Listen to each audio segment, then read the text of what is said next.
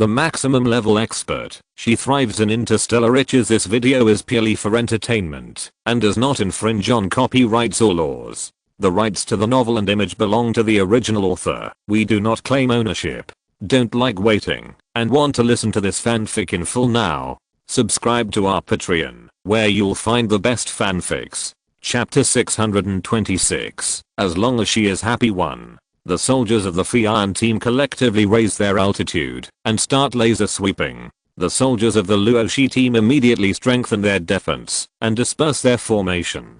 Don't be intimidated by the people of the 1st military district. They are just ants that will scatter at the first blow. We are blessed by the true God, don't you know? Yi Shanli was sitting in the main command position with a heavy face at this moment. He really didn't expect that the soldiers of the 1st military district were so good at fighting. This first attack almost broke through their defense. If he hadn't arranged for the Earth-type mutants to construct a barrier in time, I'm afraid this glorious port would fall in less than 20 minutes. In this case, where would he put his face? However, after this first head-on collision, more than half of his mental power was consumed, and his whole face became pale and terrifying. Major Yi, do you want to take a rest? Fu Yi asked with a half-concerned and half-watching tone. Our battle is very tough, and it will take a while to finish. He was originally dissatisfied with Yi Shanli's grabbing the position of Commander-in-Chief. In his opinion, the other party just needed to be the deputy commander to help out. So why should he show off his power and seize his power?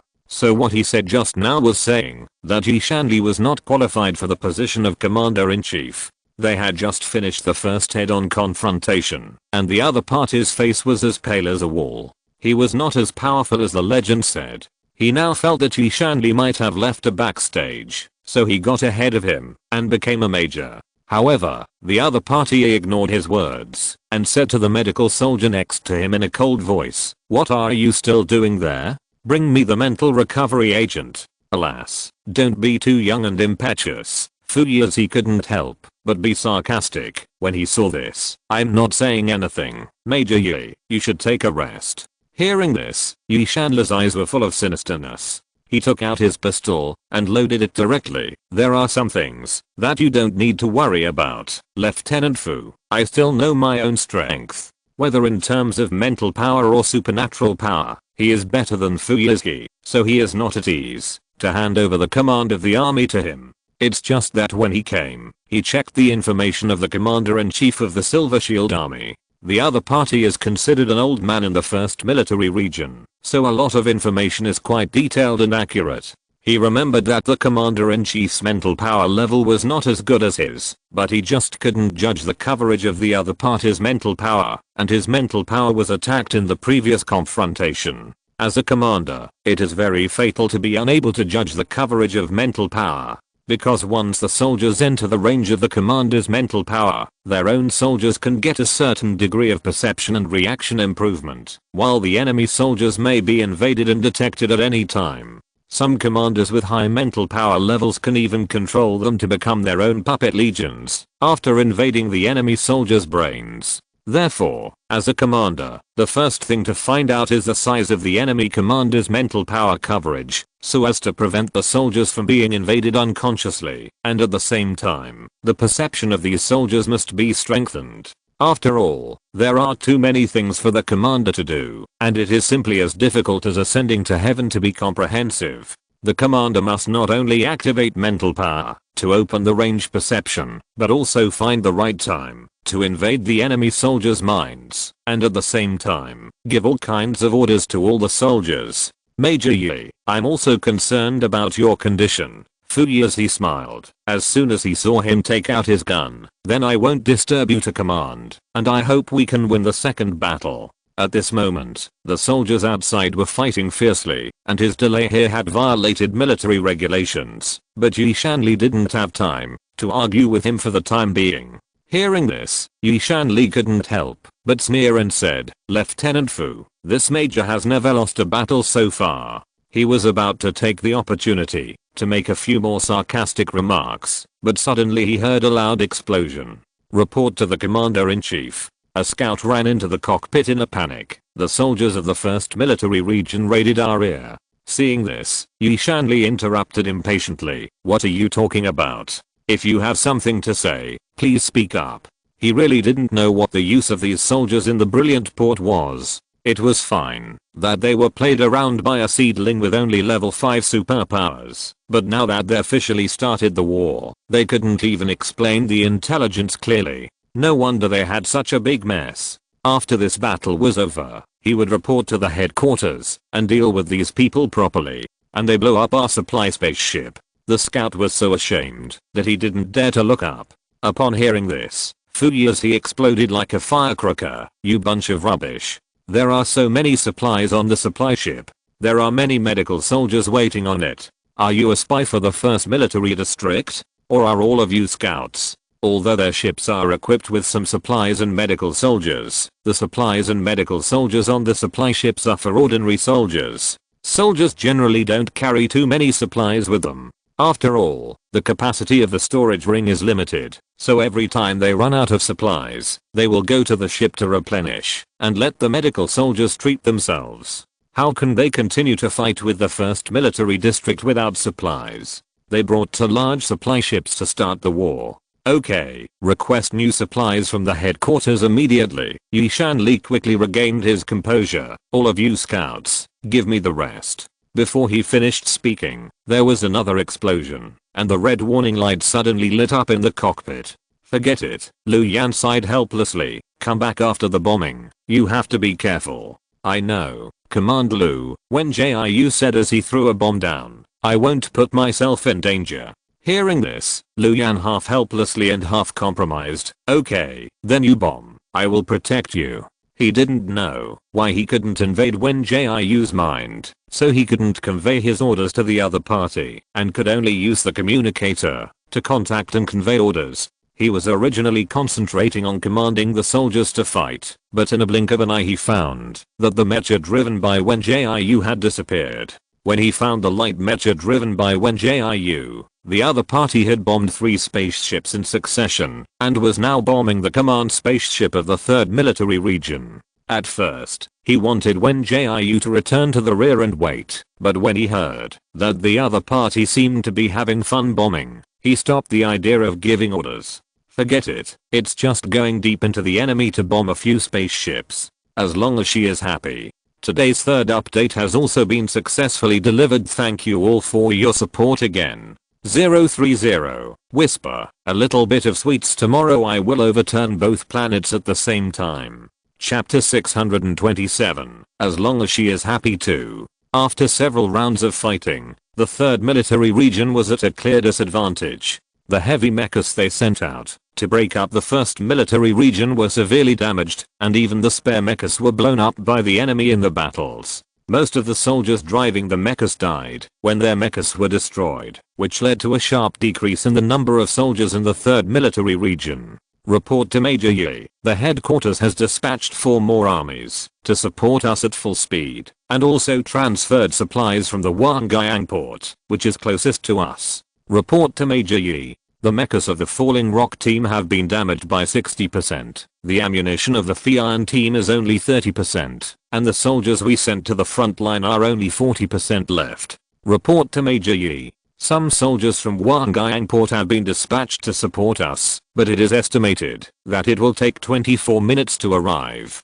After the previous mistakes, all the scouts dared not be vague anymore. They were 120% alert to observe the situation and collect intelligence. However, the situation in the 3rd Military Region was really not optimistic. They were very cautious when reporting, for fear of angering the 2 commanders. Hearing this, Yi Shanli tried his best to resist losing control.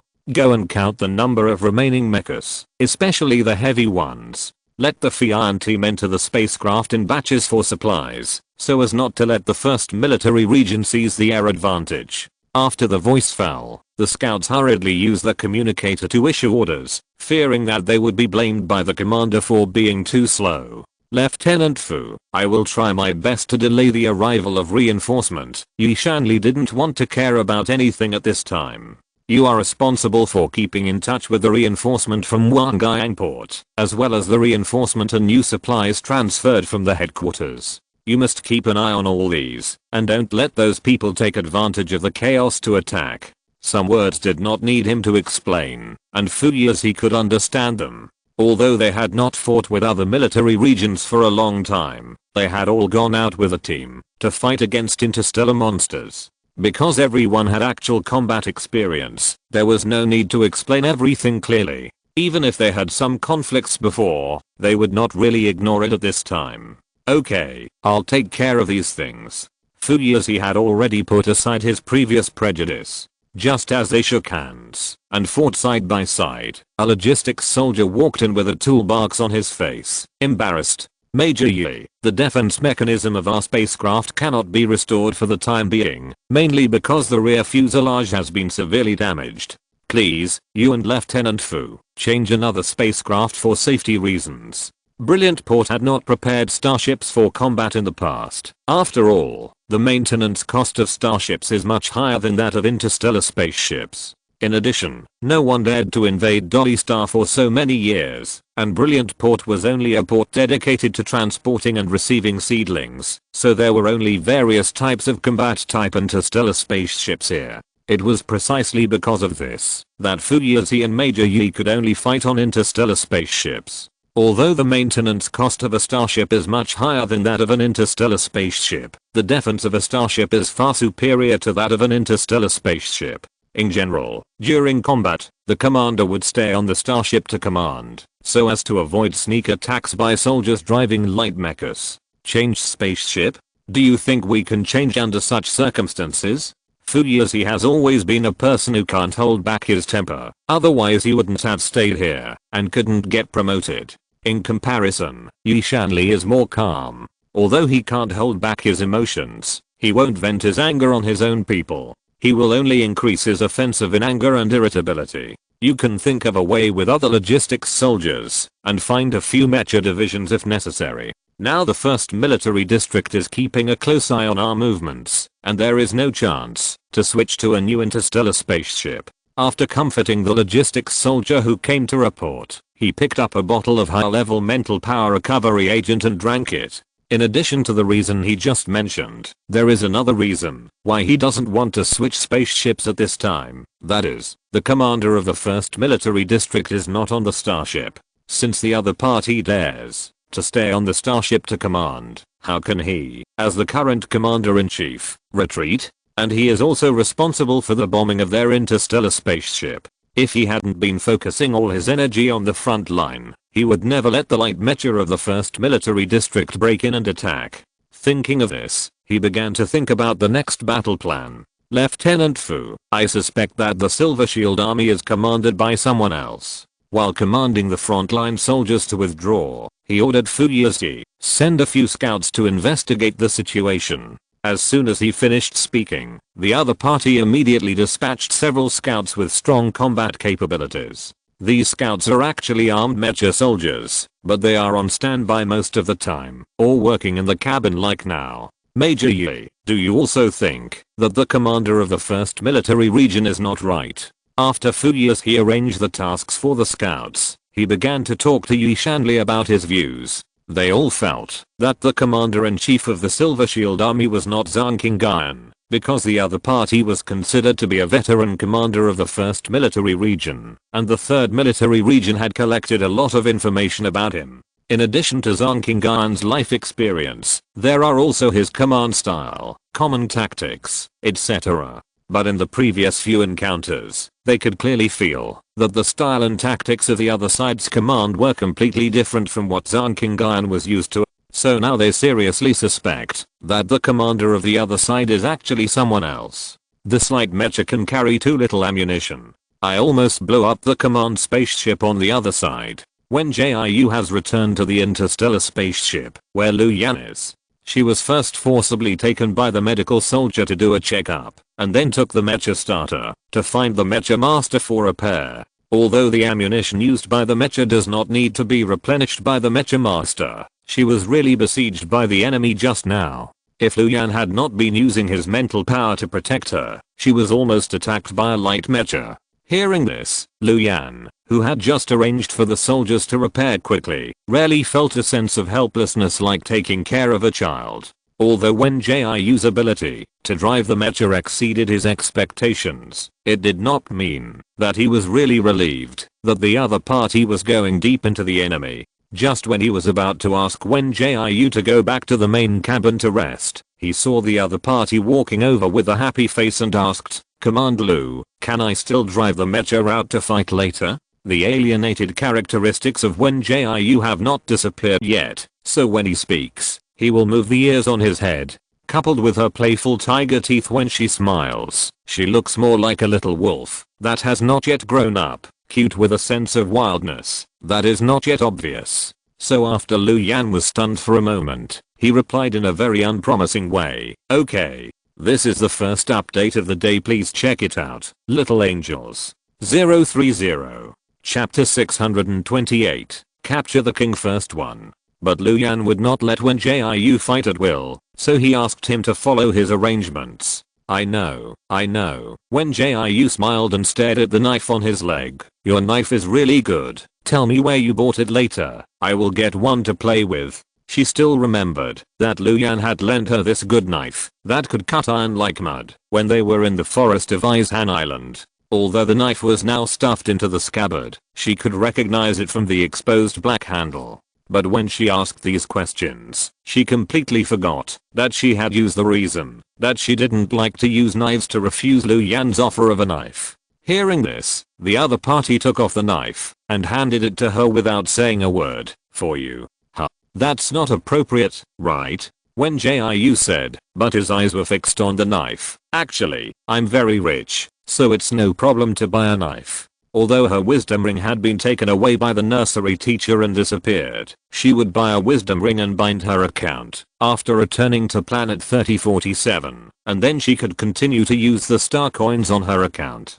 Moreover, she felt that a knife should not be too expensive, and it would not be a problem to buy a knife with the star coins she had saved. Zhang Qingyan, who was standing nearby, was an experienced person after all, and he knew he should go to assist when he saw this scene. So he pretended to be interested and asked, "Master Lu, what metal is your knife made of?" After that, Lu Yan pulled out the knife and gestured a few times. This is. Zhang Qingyan thought it was just an ordinary tactical knife, but when he saw the blade with a faint cold light, he suddenly didn't know what to say. "This is a very rare frost meteorite iron, a supreme existence that is completely priceless. It is said that weapons made of frost meteorite iron have their own coldness and can also bring out the advantages of ice-type psychics to the extreme. It is also the hardest metal known so far, and its ability to resist deformation is even better than alloys. Therefore, many people, even if they are not ice-type psychics, will try to integrate a part of frost meteorite iron into their mechas or weapons. But just integrating a part will cost tens of millions of star coins, not to mention using a whole piece of frost meteorite iron to make weapons. Sure enough, the Lu family must be rich and powerful to be able to use this metal to make weapons." Thinking of this, Zhang Qingyan couldn't help but shudder. It seems that his previous guess is 80% correct, and the relationship between this little girl and Lu Yan is not simple. "Let me spend money." When Jiu didn't have time to finish his words and saw a scout hurriedly walk in. The other party reported all the current reconnaissance situations, and Lu Yan's expression became serious at this time. He quickly put the frost blade back into the scabbard and then handed it to Wen Jiu again. "Take it first," he said, fearing that the other party would say something to refuse again. "This is very useful in fighting. You can take it to the battle." Hearing this, Wen Jiu took the frost blade readily. "Okay, then I'll take it to get my starter first, and I'll return the knife to you after the fight." She was not a person who didn't know the current situation. Now that she was ready to continue the battle, if she continued to hesitate here, to be honest, she wanted to punch herself. So she put the frost blade into her leg bag and then quickened her pace to walk back to the main cabin. It happened that her mecha was also repaired at this time, so she took the starter sent by the logistics soldier and resolutely started the mecha again to fly high. Her previous bombing was just an appetizer, and the real show had not yet begun. "Young Master Lu, that little girl just started. Although Zhang Qingan did not have to be the commander-in-chief this time, he still sensed the movements around him as usual. The moment Wen Jiu started the mecha and left, he took the initiative to remind Lu Yan. However, the other party returned to his previous indifference and issued orders in a business-like manner. Major Zhang, the reinforcements sent by the headquarters are coming soon. A scout ran into the cockpit quickly. It is said that the reinforcement are led by Admiral Lulu. It is impossible for them to capture the 3rd military district alone, so after Lu Yan sent the information found by the advance army back to the headquarters of the 1st military district quickly sent a large number of reinforcement to cooperate. They wanted to take this opportunity to catch all the people in the 3rd military district in one fell swoop. After all, the impact of the human experiment was too great.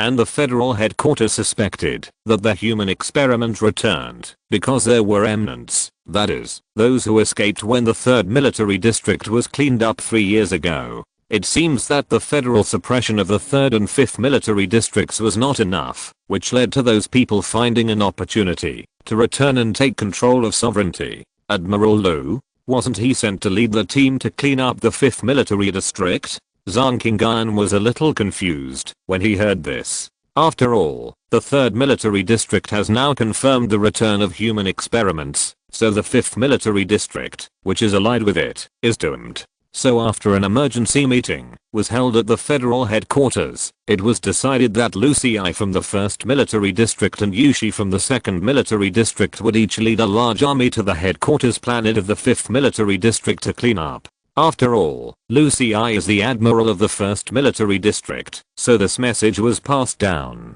Yes, but this is the message I received. The scout was also confused about this. Lu Yan, who was sitting in the command position, said calmly, in this case, Major Zhang, you should get ready first. I will try to capture the brilliant port before the reinforcement arrive. After that, he gave the order to attack to all the soldiers who had finished resting, and his eyes, which were originally as dark as ink, also changed at this moment. A mysterious blue gradually emerged, but everyone was busy fighting, so no one noticed his abnormality. At the same time, Yi Shanli was still anxiously waiting for the arrival of reinforcement, and the soldiers of the 1st military district suddenly launched a strong attack, catching them off guard. The defense front, which had already collapsed due to the lack of heavy mechas, was directly scattered after the 1st military region launched a strong attack. Their soldiers could only rely on laser guns and supernatural attacks, but under the crushing of the heavy mechas on the opposite side, these attacks were nothing. Major Yi, if we continue to fight like this, I'm afraid we won't be able to hold on. Fu Yi became anxious when he saw the situation. The reinforcement from the headquarters will arrive in 10 minutes. Should we retreat first and keep some personnel? Seeing that the green dots symbolizing the lives of the soldiers were getting fewer and fewer, and their mechas were also scrapped one after another. The cost of each combat mecha is not cheap, and some mechas are customized for the soldiers. It is really distressing to continue to consume like this. Tell me how to retreat. Look at this now. Yi Shanli could no longer hold back his anger. But before he finished speaking, a red light came on in the cockpit. The next second, the originally dim light suddenly became bright. Yi Shanli and Fu Yi couldn't help but look up, only to see that the tightly stitched top of the spaceship had been opened. Today's second update has also been delivered on time. Thank you to every little angel for your support and love. 030. Chapter 629. Capture the King First 2. Wen Jiu was very satisfied with the large piece of iron plate she had opened. Let's call it an iron plate. Anyway, she couldn't tell what it was made of. She bombed the spaceship when she first came here, but the mecha didn't have enough ammunition to blow it up. After learning from Lu Yan that this was the command spaceship, she had an extremely bold idea in her mind. As the saying goes, to catch a thief, you must first catch the leader. She was originally aiming to overturn the 3rd military district, so she would naturally not let go of these commanders. Moreover, in the battle between the two sides, the presence of the commander is very important. If she can directly kill the commander of the opposite side, then it would be easy for the 1st military district to capture the brilliant port. So when Jiu found the right opportunity to use mental power to invade, and then found the opportunity for the 1st military district to launch a strong attack, and then drove a light mecha to the top of the spaceship. But there was one thing she didn't expect, that the top of the spaceship was a little too easy to lift. At first, she just wanted to try it, and if she failed, she would use a laser to open the door. As a result, this try was successful. "What are you guys doing standing there?" Fuyuzi was so angry that his eyes turned red. "Hurry up and shoot this mech down." He really didn't expect that the people from the 1st military region were so bold that they dared to drive a light mech into their defense line alone. As soon as he finished speaking, a group of soldiers came running with laser guns to shoot, and many of their soldiers drove mechs to attack. Wen Jiu saw this, and immediately chose to descend the mech, and landed directly in the interstellar spaceship below. Although the cockpit of the interstellar spaceship is not very spacious, light mechs have always been small in size and light in weight. They are mainly used for raids and reconnaissance, so light mechs have always been the smallest in size, and can be completely used in interstellar spaceships to fight. Damn it. Fuyuzi has never been so embarrassed. After dodging Wen Jiu's first wave of shooting, he couldn't help but start his mech. Anyway, he didn't need to command now, and he didn't believe that he couldn't beat a soldier. However, his mecha was a medium-sized mecha. As soon as he landed, he pressed the spaceship down a little and caused damage to many parts of the cockpit. Seeing this, Li couldn't help but use a trace of mental power to invade. "You drive the spaceship and fight this soldier. Don't let our spaceship crash because of you." He originally wanted to invade the soldier's mind and make the other party surrender directly and give up the attack. As a result, he tried for a long time, but failed to invade, and was almost invaded by an unknown mental force. So he could only control Fuyuzi and let the other party take people out to fight as a target. However, Wen Jiu had already invaded his mind unknowingly, so his idea was seen through as soon as it came out. "Go out? I want to see where you can go." She immediately switched to a bow and shot an arrow at the medium-sized mecha. The space in the cockpit was almost half filled by Fuyuzi's mecha at this time, so he couldn't find a place to avoid the long arrow shot by Wen Jiu. With a whoosh, before Fuyuzi could even activate the mecha's defense, the long arrow pierced the energy stone with great precision, destroying the mecha he had just activated. Seeing this, Li could not help but tighten his grip on the laser gun in his hand. Using a mecha to fight in the cockpit was not a wise choice, and Fuyuzi's mecha was scrapped less than a minute after it was summoned, so he didn't want to waste his own mecha. The light mechas hovering in the air fired bullets again, but they didn't dare to open the firepower to the maximum to shoot. They were afraid that they would accidentally hurt the commander in the cockpit, so these bullets were just a tickle for Wen Jiu. But she didn't relax her vigilance because of this. She only drove the mecha to dodge in the limited space, and also turned on the highest defense to prevent the mecha from being damaged. But hiding like this would affect her attack, so she once again launched a mental invasion to interfere with the thinking of those soldiers who wanted to attack. Then she took the opportunity to disarm her mecha and hid behind the cover with a flash. Although Wen Jiu didn't know the upper limit of her mental power, she still tried to get those soldiers to evacuate. Unexpectedly, the soldiers who were still hovering in the air actually drove the mecha away under her interference. "You are the number 9 seedling who caused a lot of trouble, right?" Li suddenly walked over with a gun. "I didn't expect your ability to have developed to this point. Since we are both experimental subjects, I would like to advise you that if the 3rd military region disappears under the suppression of the 1st military region, then we experimental subjects will lose our place to stay." Hearing this, Wen Jiu, who was about to pull out her gun and shoot, was stunned for a moment. Although she knew that there were experimental subjects here to help the evil, she didn't expect that this commander was also one of them. The identity of the commander is not difficult to identify, and it can be seen from their clothes. So she just calmly changed the bullets and loaded them, and when she found the right opportunity, she turned sideways and fired the bullets. Bang, bang. Yishanla's reaction was faster than she expected. The other party not only dodged the bullets she fired, but also shot accurately at the position where she was hiding. The soldiers who were originally in the cockpit were unable to dodge and were directly wiped out by her driving the mecha.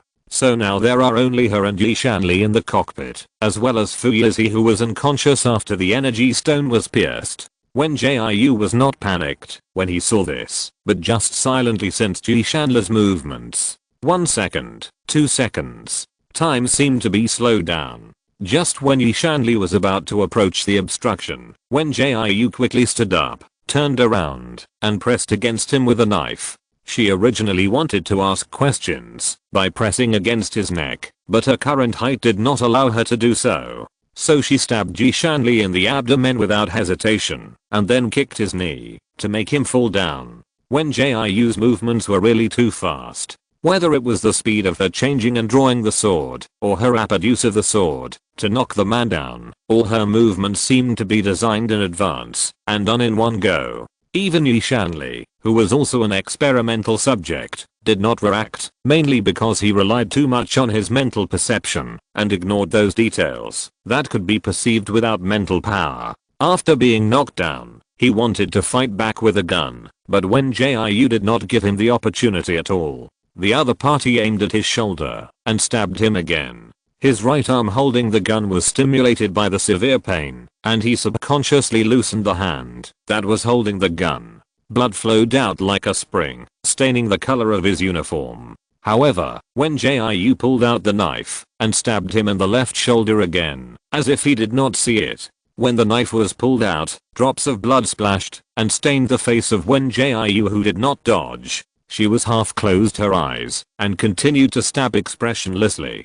The blood spot under the corner of her eye was like a red teardrop mole, which looked a bit more inhuman and seductive. This made Yi Shanli, who could still bear it, suddenly panic. This is the third update today. Thank you all for your support again. 030. Chapter 630, Capture the King First 3. Yi Shanli used to be one of the experimental subjects of the 3rd Military Region Research Institute. He relied on his own strength to get the qualification to become an ordinary person again. But the price is that he has to serve the 3rd Military Region until his death. The same is true for other experimental subjects who want to become ordinary people again. They will get a new identity with the help of the 3rd Military Region, forget all their memories before becoming experimental subjects, and then enter various military academies with new identities to graduate. After graduation, they have to return to the 3rd Military Region and serve it with their own strength and ability. Of course, the 3rd Military Region is not worried that these experimental subjects will expose the unknown scandals they have done after returning to society, because the experimental subjects they dare to arrange have been brainwashed, and these experimental subjects have side effects left behind before and need to rely on the drugs provided by the 3rd Military Region Research Institute to maintain stability. Yi Shanli is an experimental subject who got a new identity after being brainwashed. Since graduating from the military academy, he has returned to the 3rd Military Region and has been working his way up to the current position of major. It can be said that his life so far has been smooth sailing. It was not until now that he was beaten by a seedling who had not yet experienced the experiment that he felt what frustration was. However, what made him panic the most was not this, but the outline of that person he saw on the other person. Every seedling that has gone through the experiment will be called a plant, and if the plants want to get a new identity and return to society, they must go through the baptism of that person. He will always remember that face that was so beautiful that it turned everyone upside down, and just a glance was enough to make him feel fear. According to common sense, things that are extremely beautiful always make people obsessed. But that person is different. All the plants are only afraid after receiving the baptism. Just when Yi Shanli forgot the pain because of panic, he suddenly heard Wen Jiu's cold voice. You are the commander of the 3rd Military Region, right? Although I really want to drag you out now and put an end to the chaos outside. But you just said that you are also an experiment, which successfully changed my mind. Wen Jiu deliberately avoided the vital points when he cut just now, making it difficult for Yi Shanli, who fell to the ground, to resist. After all, she still had some questions that needed the other party to answer. As she asked, she picked up the laser gun that Yi Shanli dropped. I think you should be around 25 years old, and you are a major and commander of the 3rd Military Region. I guess you must know a lot of secrets right? As she said that, she glanced at the military rank on the other's shoulder to confirm that what she learned from Zonkingan was correct. However, the third military region has always treated the information of experimental subjects as confidential, so it is difficult for the first military region to find out who has been an experimental subject. It is precisely because of this that she had no idea that Yi Shanli had also been an experimental subject. What do you want to ask? The other party finally regained his composure. Hearing this, Wen Jiu first sensed the situation around him, and then dragged Yi Shanli and hid in the corner. After all, she has now kidnapped the commander of the third military region, and the other party will definitely delay time to find soldiers to help. So before she asks questions, she must first ensure her own safety. How many years did you become a plant in Xingyuan? Wen Jiu helped him to lean against the wall and put the laser gun against his forehead. Seeing this, Yi Shanli covered the wound on his abdomen and answered, if I remember correctly, it should be Xingyuan 200 years. Although Yi Shanli's new identity was given to him by the third military region, he still vaguely remembered the things he experienced after entering the institute. He couldn't say why he remembered that day. Maybe it was because the shock he brought to him that day was too great.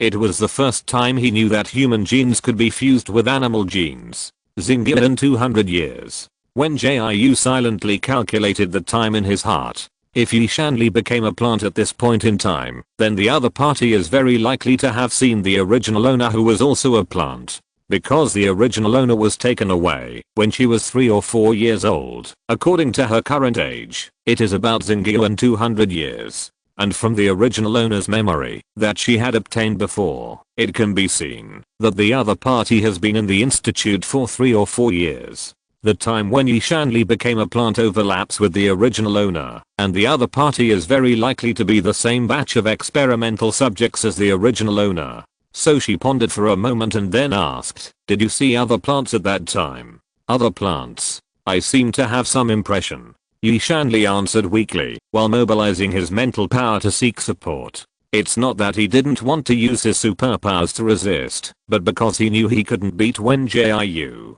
The opponent's fighting ability was far superior to his, so he temporarily gave up armed resistance. Anyway, there were not only soldiers in the cockpit in the interstellar spacecraft, but also in the main cabin, the auxiliary cabin and the cargo cabin. Although Wen Jiu could avoid the strafing of the mecha in the air, it didn't mean that she could avoid the soldiers who came to support. At that time, there were 5 plants besides me, but we were separated by the experimenters. And the research institute was later reported, and the experimenters destroyed some of the plants when they evacuated.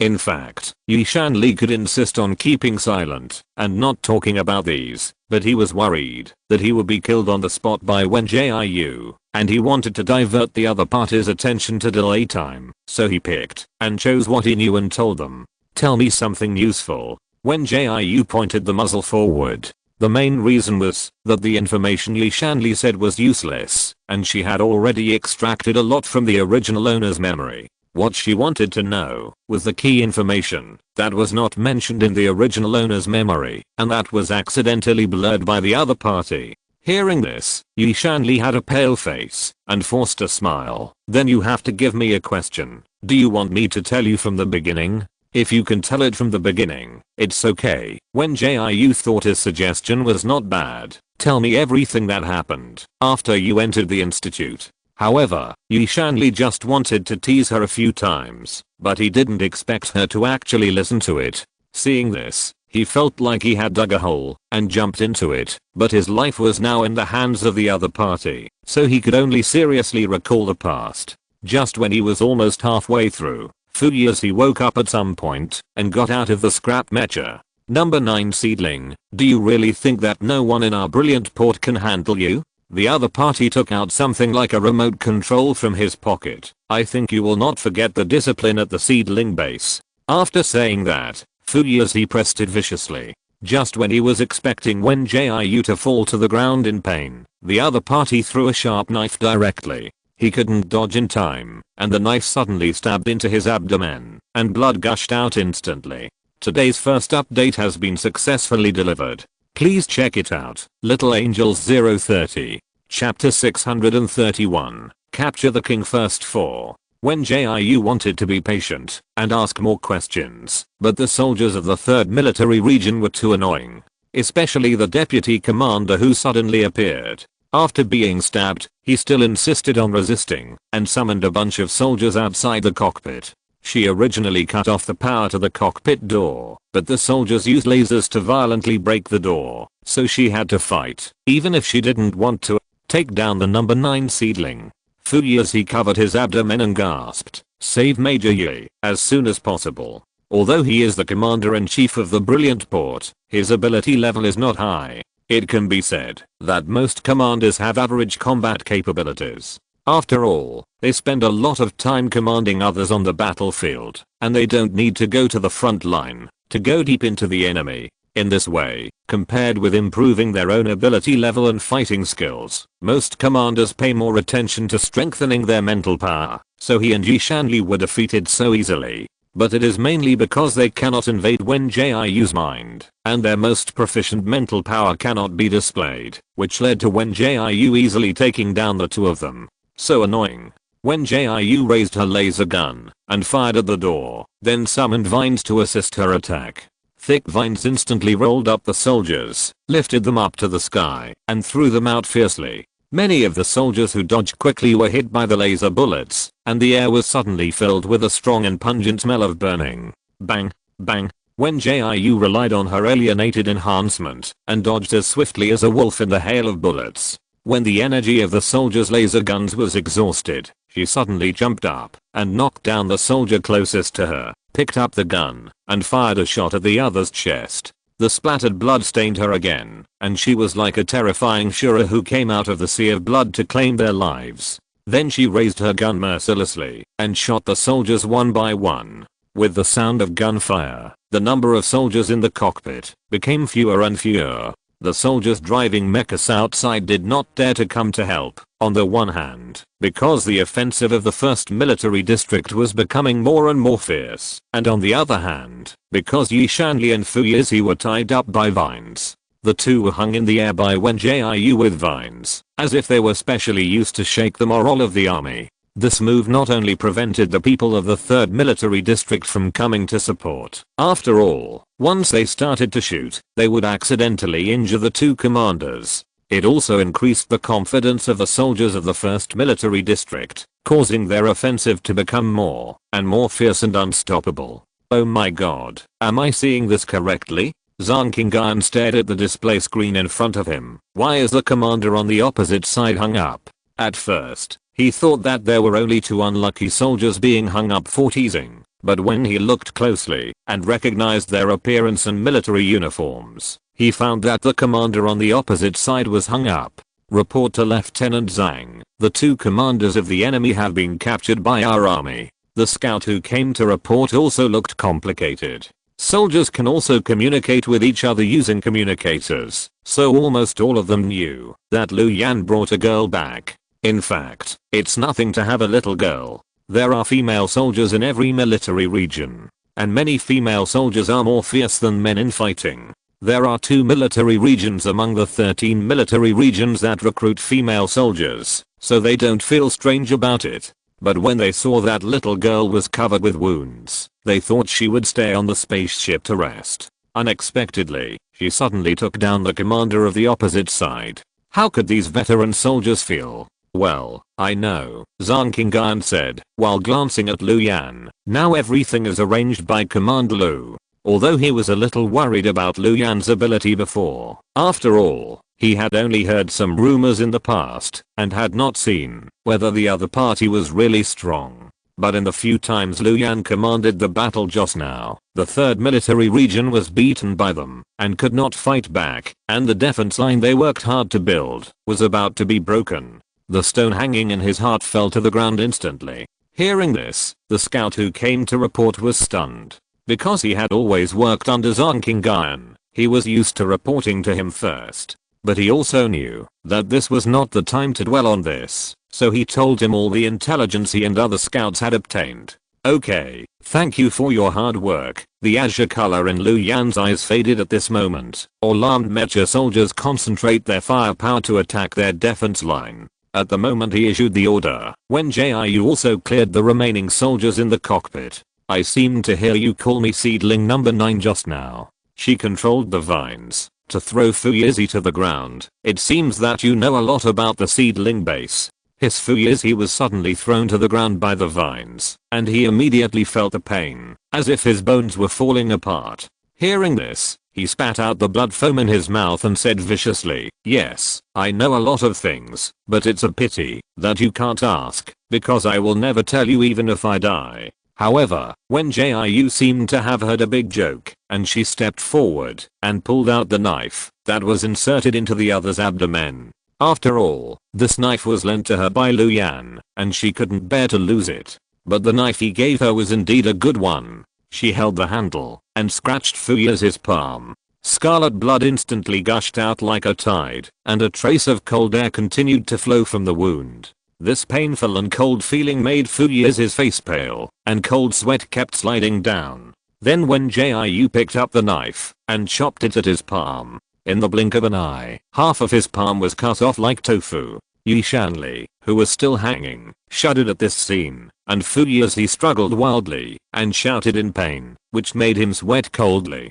You are responsible for transporting and receiving the seedlings, right? Wen Jiu smiled and picked up the knife and continued to gesture, as if looking for a better place to start. Bitch. Die. Do you think you can torture me like this? Fuyezi hadn't finished the cruel words in his mouth, and the other party suddenly opened his mouth violently. The knife fell, and half of the tongue fell to the ground with smelly blood. Wen Jiu originally wanted to keep him for questioning, but after thinking about many things, he decided to look at the information. In this case, there is no need to keep this person who spews dirty words. Although she can solve it by pressing the mute point, she thinks this method seems to be more suitable for the person in front of her. Simple and crude, but also very refreshing. This is the second update of today. Thank you all for your support. 030. Chapter 632. Friends and Seedlings 1. Long time no see, little glasses. I didn't expect to see you for the last time in this way. Stephanie first tightened the straps of her backpack and then greeted number 2 in front of her with a smile. However, the other party just raised his glasses and did not respond to her enthusiasm. Oh, little glasses, you are so boring like this. She still said strange words to herself. I originally wanted to keep you as a collection. After all, your eyes are still quite bright. But you are so unhappy with your behavior. How can you ignore my warm greeting? This really makes me angry. I want to remove your limbs and make you look like a tumbler. As she said this, she took off the battle axe behind her waist and stroked the sharp blade with her fingertips. Scarlet blood dripped along with her touch, but she seemed to feel no pain and was even more excited by the blood flowing out. Seeing this, number 2, who had a calm face, couldn't help but tighten the long sword in his hand. He knew that it would be difficult for him to win against Stephanie, but there was no other way. He had to complete the order given to him by the nursery master. Come on. He held the long sword vertically and swung it gently and then sent a strong wind towards the opponent. Seeing this, Stephanie did not meet him as she did in the past, but stepped back a few steps to distance herself from him. If it were her in the past, she would definitely go forward to take the strong wind, because the pain would keep her in shape. But now she has friends who care about her and people she wants to protect, so she will not put herself in danger again. So Stephanie dodged the strong wind very quickly and rushed towards number 2 with the battle axe in her hand. At the moment, when the axe and the long sword met, No 2's arms were numb from the shock. He could only keep backing away and using his supernatural power, hoping to force Stephanie back.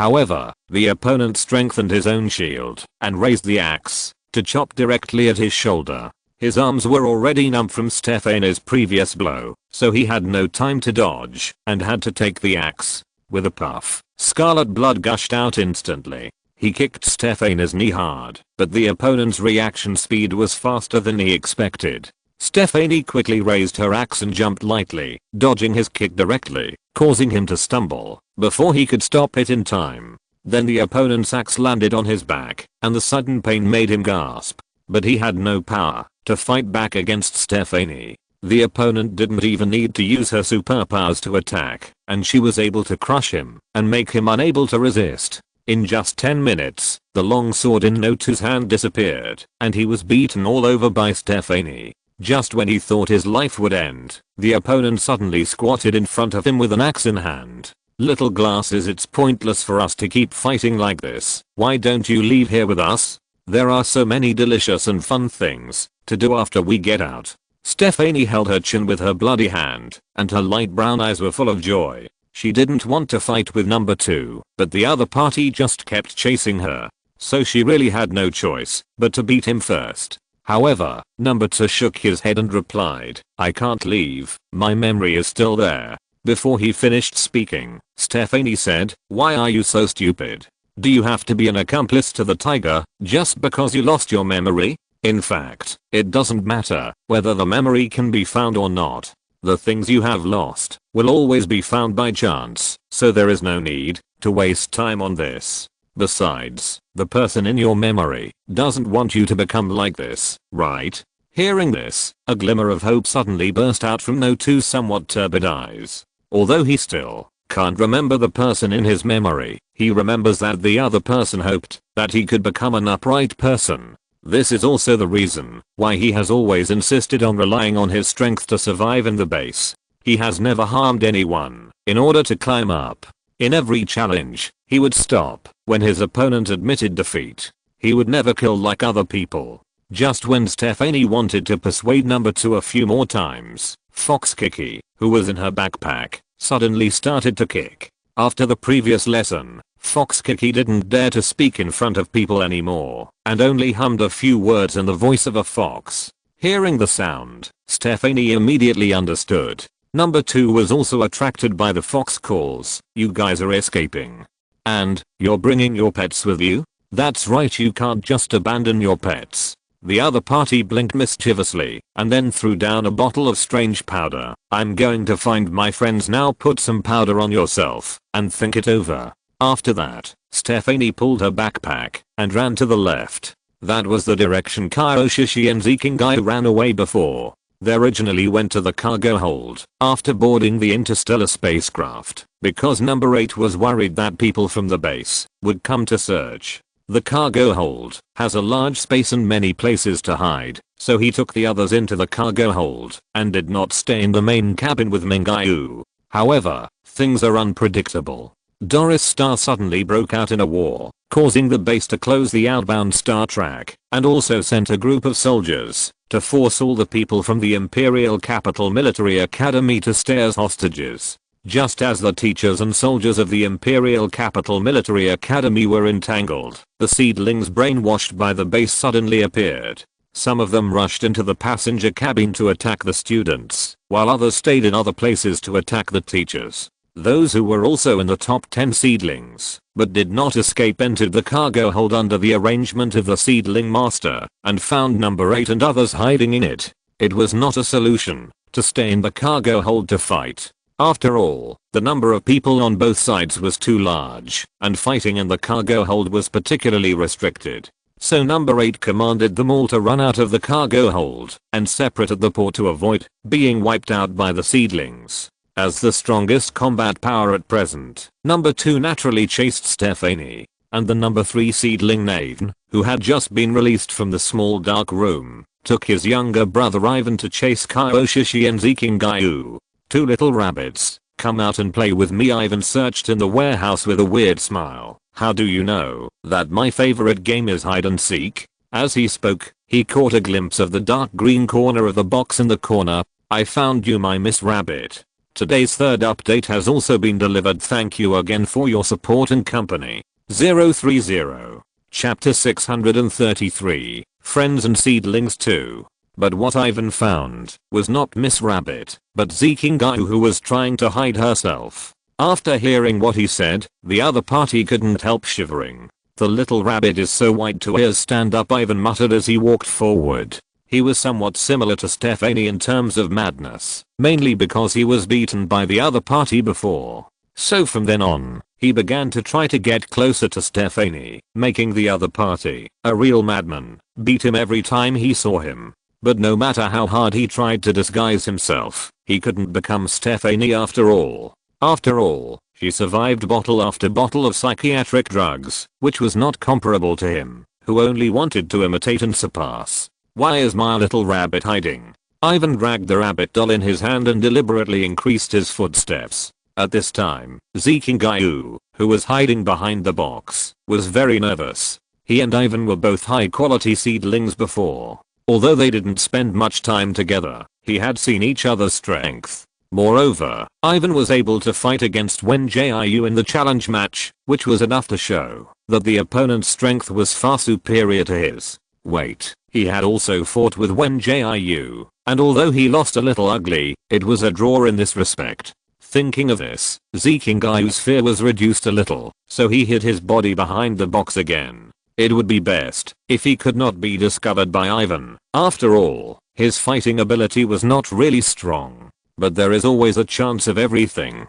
If he was discovered, he would just rush up and fight with the opponent. Ivan's footsteps were getting closer and closer to him, and finally stopped in front of the box where he was hiding. Is my little bunny hiding here? He smiled mischievously. It really took me a long time to find it. Hearing this, Jiu's heartbeat could not help but speed up. The next second, Ivan took out a sharp blade from somewhere and stabbed at the cardboard box like a madman. Seeing this, Jiu didn't dare to hide behind anymore. He immediately activated his superpowers to construct a weapon, and a scarlet hammer instantly appeared in his hand. The gold superpower can extract metal particles from the surroundings and construct them into weapons for use. And this kind of constructed weapon will be more powerful than ordinary weapons. He raised the hammer and swung it at Ivan, but the other party dodged his attack with a slight dodge. It seems that you have a good relationship with that person. You are so despicable and like to sneak attack. Ivan smiled brightly, but with the cold white light in the warehouse, there was an indescribable weird feeling. As he said that, he quickly dodged behind Jiu and raised the sharp blade to stab the other party's back. But before he could do it, he felt a hot breath. Seeing this, Ivan immediately jumped onto the box next to him. If he was a second slower, he would be hit by the fireball. After he stood firm, he looked in the direction where the fireball came from and saw a little girl who looked very weak standing there. She had a beautiful face like a white porcelain doll, as if she would break into pieces with a slight touch. But such a delicate little girl almost caught him off guard with her supernatural power. Jiu, who was about to take the opportunity to hide, also glanced at her. After seeing who was coming, he felt his heartbeat suddenly speed up. It was twice as fast as when Ivan discovered him. What a surprise, it's another cute little rabbit. Ivan picked up the sharp blade and licked the tip of the blade. It's just right that you can form a pair and be sent away by me. After saying that, Kyoshi continued to shoot fireballs at him with a cold face. Ivan dodged the attack so fast that it was difficult to catch it with the naked eye, so she could only try to predict the position where the other party dodged. As one fireball after another was dodged, her face gradually became a little pale, and she looked more weak and vulnerable than before. Seeing this, Ivan couldn't help but sneer. Little rabbits should be obedient. Why struggle here? Just as he finished speaking, Kyoshi took out a pistol from her waist. He didn't know where she got the gun from, but looking at her performance just now, he didn't think it would pose a threat to him, so he just continued to dodge the remaining few fireballs, with no intention of changing position or running away. Just when Ivan was secretly complacent, 2 bullets instantly hit his abdomen. How is it possible? The blood flowed down his hips and thighs, and a deep red was smudged on the cardboard box under his feet. Jiu looked at all this in a daze. He originally wanted to sneak attack from behind, but Ivan was suddenly shot twice, which made him a little unresponsive. Just when he was stunned, a warm little hand suddenly held his hand and took him to the depths of the corridor. Didn't I tell you to stay hidden and not come out?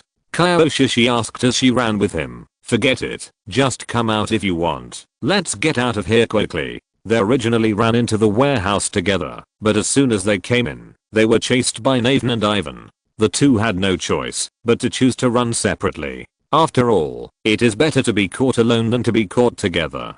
Kyoshi finally got rid of Naven, who was chasing her, but she heard the sound of fighting here before she ran far. Fortunately, she came in time. Otherwise, with Zikingayu's weak fighting ability, she would have been finished in just a few rounds. I beg you to run.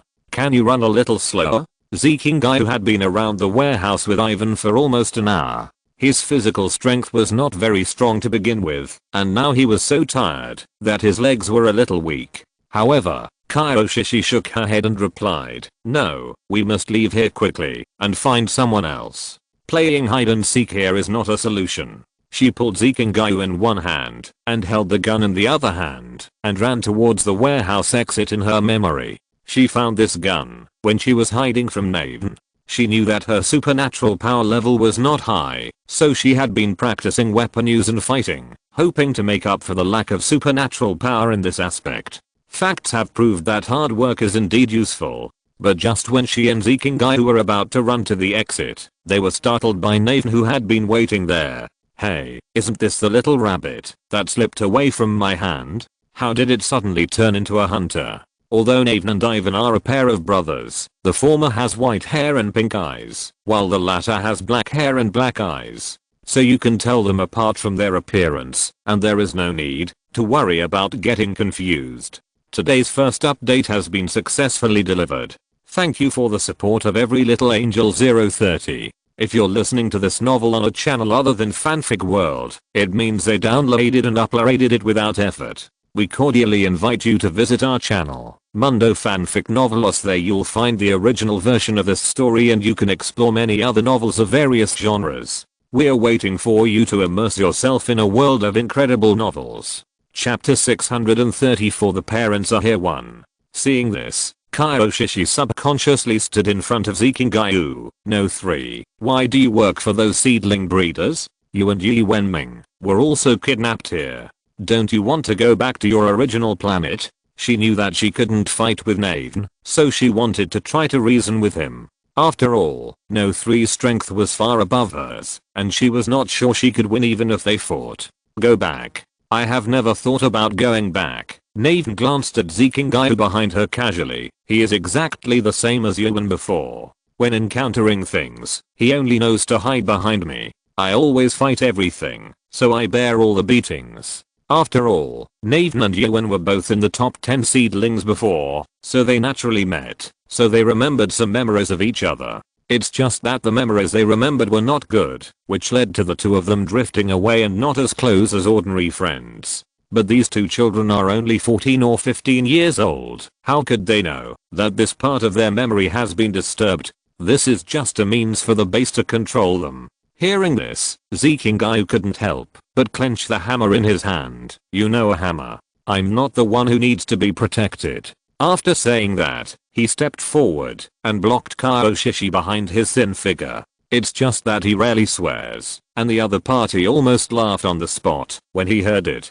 There is no way. Zikingayu will never swear, no matter how arrogant he is on weekdays. He only uses yin and yang to mock. Now that he suddenly burst out such a swear word, Kyoshi has an indescribable sense of humor. "Oh, is that so?" Naven walked to the door while laughing. "It's a pity that I'm not interested in you, a delicate rabbit. I just want to dance with the beautiful Miss Hunter." As he said that, he looked at Kyoshi, who was quietly holding back her laughter, and leaned over slightly to make an invitation gesture to the other party. Seeing this, Zikingayu finally couldn't help it. He raised the hammer and rushed to Naven, ignoring the fact that he couldn't beat him. It's not that he was so confident in his own strength, but Naven's eyes looking at Kyoshi were disgusting, as if the other party was looking at a commodity, and he could no longer tolerate Naven's wanton eyes. But before Zikingayu had time to show his masculinity, Naven was suddenly wrapped up by a violent stream of water. This. Gurgle gurgle. It was obvious that the other party didn't react at all, and Zikingayu was also stunned by this scene. Only Kyoshi remained calm. She was alert and held the gun tightly, wondering which seedling was coming. As a result, she looked up and saw a familiar figure, who was someone she never thought would appear here. "Cousin." She felt her eyes warm. "Cousin, is it really you?" Hearing this, Zikingayu realized that there were several figures not far away, and one of them was Kaioshishi's cousin. The main reason is that the other party is tall and thin, which is a rare figure among female warriors. After all, female warriors have to undergo training like male warriors, and the intensity of the former's training is not weaker than the latter, so most female warriors have a strong body, and the muscle lines on their bodies are also very beautiful. Kyojuan is somewhat similar to Yuruman, both of them are tall and graceful, and they don't look like female warriors at all from the appearance. Of course, it doesn't mean that a strong body is not beautiful, and the beauty of women is not defined by the body. The heroic appearance of female warriors is also particularly moving, so only women themselves can define their beauty. Shishi. Kyojuan didn't expect that she could really find her sister. I finally found you. Since Kaioshishi disappeared, she has been very anxious, but she has just been promoted to the 8th military region, and it is inconvenient to ask for leave, so she can only find a way to find an acquaintance on planet 3047 to bring her news. After all, Kaioshishi's parents and her parents are not reliable, and she also learned about Yuruman's accident, so many news will be known later than others. Fortunately, after Zhu Wangming knew that she was looking for Kaioshishi, he exchanged Starnet accounts with her and communicated frequently. The other party revealed a piece of news to her a week ago, saying that he could roughly determine the planet where Kaioshishi was, but he still needed her help to save her. Kyojuan had no feelings for her family. Since her grandmother passed away, the only relative she cared about was her cousin. So when Zhu Wangming asked her for help, she agreed without saying a word. "Cousin, are you really here to see me?"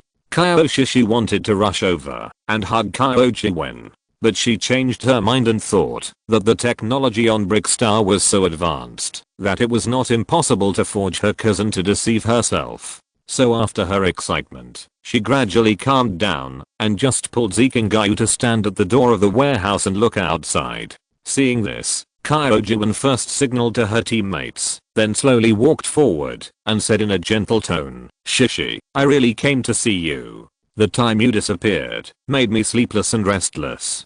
I waited for Dr. Zhu to tell me new news every day." When she saw Kaioshishi, she was so excited that she didn't know what to say and could only talk about what she wanted to say. It was also because of her characteristic of talking incoherently when excited that Kaioshishi's vigilance fell little by little.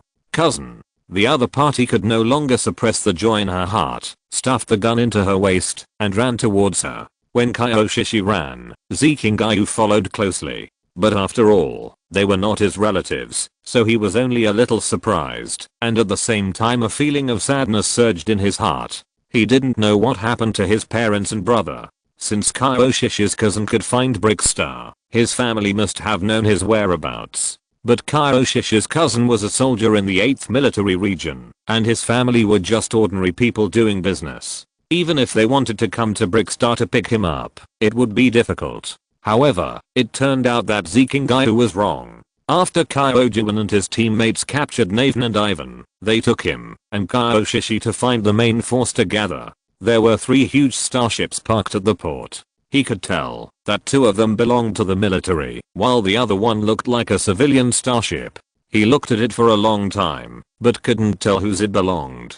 Although the starship's glittering golden paint was in line with his parents' aesthetics, he still had a certain understanding of his family's industry. The Z family was not rich enough to afford a starship. Just when Zikingayu was lost in thought, he suddenly took off into the air. Today's second update has also been delivered on time, please check it out. Little Angels 030. Chapter 635. The parents are here too. Dad, is that you? Zikingayu reacted instantly, because only his dad likes to play this game. "Hey, my dear son." Zizuha held his arms and swung them, teasing him like he usually does at home. Seeing this, Fang Zinayu, who wanted to go forward and hug her son, couldn't help but say, "Okay, put Kingayu down quickly, he is so old and still playing this." As a wife slave, Zizuha naturally did not dare to disobey the order and quickly put Zikingayu down safely. But when they saw their son's thin cheeks and sunken appearance, their eyes were hot. "Why are you running around for no reason?" Fang Zinayu said, while wiping her tears. Do you know how worried your father, your brother and I are about you? The three of us can't eat well, or sleep every day. Just stay at home, and have fun during the holidays. Why do you have to run out, and be a waiter? Can't our Z family afford you? The more she talked, the more emotional she became, and tears kept sliding down her cheeks like a broken dam. When Zikingayu saw this scene, his eyes turned red, and he immediately threw himself into Fang Zinayu's arms and sobbed. Did he want to run around? He was forced. He didn't want to come here, to live a hard life. God knows how much he wanted to go back, and be a young master. Seeing this, Zizuhua wanted to cry for it, but considering that he still had to negotiate with King Russo, it was not very decent to lose control of his emotions here, so he held back the tears in his eyes. Okay, don't blame your son. He couldn't help but sigh heavily. After all, who would have thought that Zikingayu was just going to the hospital to visit a friend, but was caught by the people of the 3rd military region as an experimental subject. Fortunately, Zhu Wangming was quick enough to follow the clues, otherwise he really couldn't accept such a situation. Coincidentally, he was thinking about it when he saw the other party running over. Mr. Z, I heard that you have found Kingayu, right? Zhu Wangming has lost a lot of weight during this period of time, and with his unshaven face, the whole person looks a little gloomy. Yes, we have to thank Dr. Zhu for helping us. Zizuhua immediately patted Fang Zinayu on the shoulder and signaled the other party to let his son go first. After all, they all came to Brickstar to look for people, so naturally they needed Zikingayu's help to provide some information. Zhu Wangming has already asked all the children who have been found, and now only Zikingayu has not been questioned. Little Kingayu, do you know where Wen Jiu went? Zhu Wangming pinched his eyebrows anxiously. In the past few months, he has been taking care of Yu Rumen and looking for people. He can only sleep for 3 or 4 hours a day at most. Therefore, there are obvious dark circles under his eyes, and even the whites of his eyes are bloodshot. This also caused Zikingayu to not recognize him at first glance. It was only after hearing his father call him Dr. Zhu that he finally reacted. Jiu was taken away by those seedling growers early in the morning. He didn't know how to answer Zhu Wangming. It seems that he was sent to the headquarters of the 3rd military region. Fortunately, the other party did not show anything after listening, but just nodded to show that he knew and turned away. Seeing this, Zikingayu came back to his senses and asked, Dad, how did you find this place? He didn't think that Brickstar was an easy place to find. After all, he didn't know this planet before he was kidnapped, and the security and defense of Brickstar are very strict, and it is still difficult to break in. This is a long story. Zizuha held him with one hand and Fang Zinayu with the other. Let's go back to the starship first. Dad will tell you slowly. Later, Zikingayu learned what had happened outside during this period of time. They were able to find Brickstar thanks to Zhu Wangming. If he hadn't mastered a lot of information about the 3rd military region, they might not have known about this nursery base. After Zhu Wangming determined the location where the children were kidnapped, he and the people from the Burning Flame organization launched a series of investigations. They first searched for cases of missing children in recent years on the Star Network and compiled a list of information about children who were probably kidnapped. They also found a lot of families with backgrounds in this information and then tried to contact them to inform them of the whereabouts of their children. But at first, not many people were willing to believe them, and some people even regarded them as liars. Dr. Zhu is really capable. I don't know how he contacted King Russo. It is said that his little prince also disappeared a few years ago. When Zhu Wangming said that King Russo was willing to help them, everyone present was shocked for a long time before they came to their senses. Even Zuha, who thought he had a wide network of contacts, was no exception. You have to know that King Russo is a Star Lord of Dawnstar, and Dawnstar is one of the very few advanced planets that retains the hereditary system. It can be said that the other party's identity is extremely valuable. However, these identities are not that important. The most important thing is that King Russo believed what Zhu Wangming said. What happened later was a coincidence. Although Brickstar was closed to the outside world, the Star Lord here liked luxury and often ordered gold and silver from Dawnstar. So when Zhu Wangming learned about it, He took Zuhur and others to Dawnstar overnight, ready to follow them when they delivered goods to Brickstar next time. We were prepared to rob them, but the Federation suddenly issued a military order. It said that the 3rd and 5th military districts rebelled against orders, and several military districts were ordered to send soldiers to clear them out. This time, Zuhur only brought Fang Xinai with him. First, because she missed her son so much that she couldn't eat or drink. If she continued like this, she might get sick again before she found him. Second, because Zizio had too many things to do. AOS Pharmaceuticals had built a good reputation in just a few months, and even sold new medicines on high-level planets. The other party didn't have a solid foundation like him, so it was okay to go for a while, so they could only stay on planet 3047 and wait for news about their brother. Hearing this, Zikingayu immediately became excited. Dad, are there people from the 3rd military district headquarters going to clear them out? Of course not, they are still people from the 1st and 2nd military districts. Zuhur felt a lot more relaxed when he said this. At first, he thought he had to rely on himself to get his son back.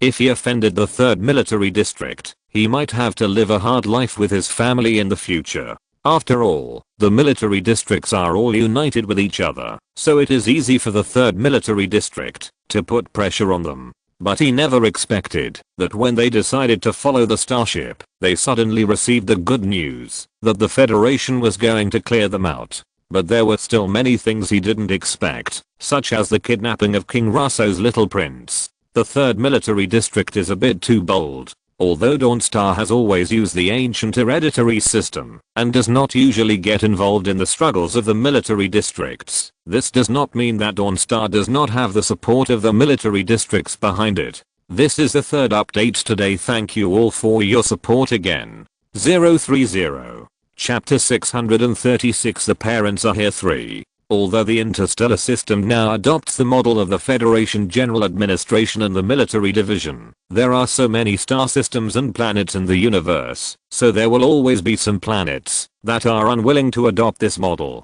Advanced planets like Dawnstar are one of them.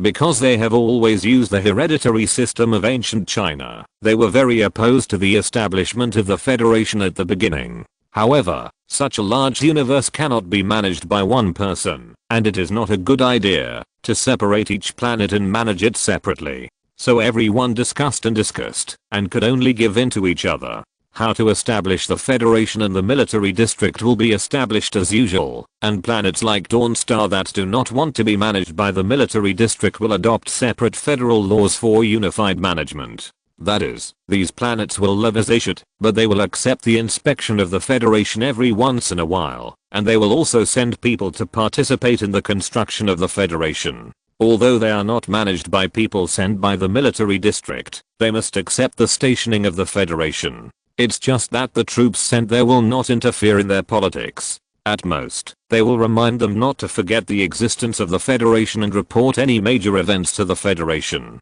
The troops stationed on Dawnstar came from the 1st military region. After all, the silver and gold on their planet were very valuable, and this was also to prevent some blind wandering thieves.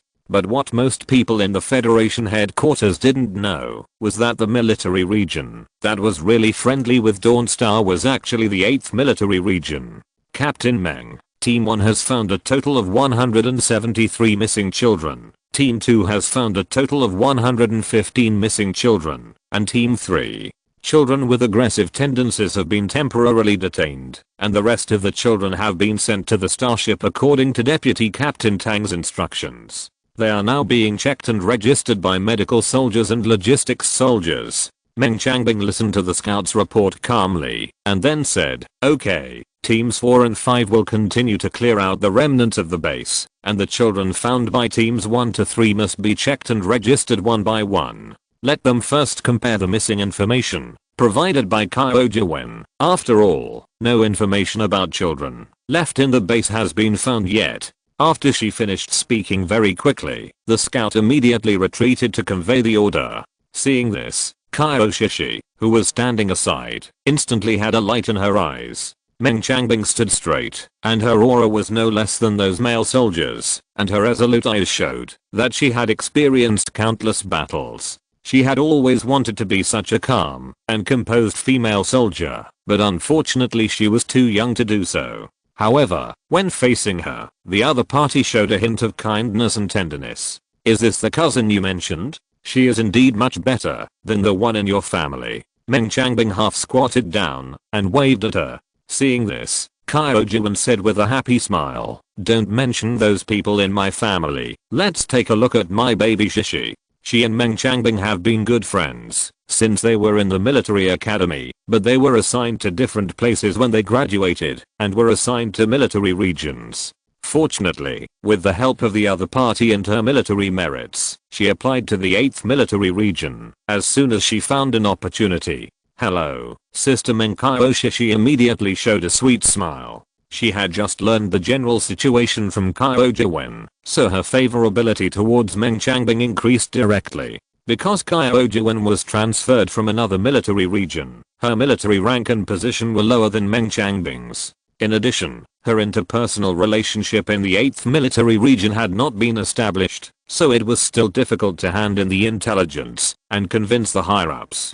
After the other party learned that she needed help, they helped her to communicate with the higher-ups without saying a word. Later, they took her to Dawnstar with their own guarantee, which enabled her to talk to the people sent by King Russo. Just when Meng Changbing wanted to chat for a while, she suddenly heard that the scout had brought important news. So she could only say goodbye to Kyo Shishi for the time being, and hurried away, after telling Kyo Juan a few words. "Are you sure you found the little prince?" She once again resumed her unapproachable appearance. "Don't make the wrong person." Their 8th military region was originally unable to come to help, but after the Federation issued an order to clear out the 3rd military region and the 5th military region, the 8th military region took the initiative to take on this task.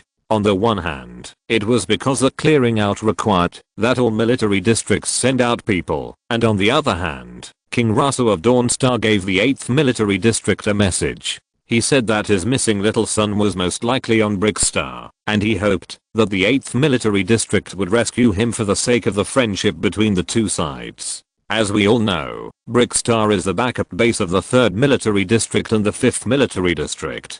In this case, it is reasonable for the federal headquarters to send people there to clear out.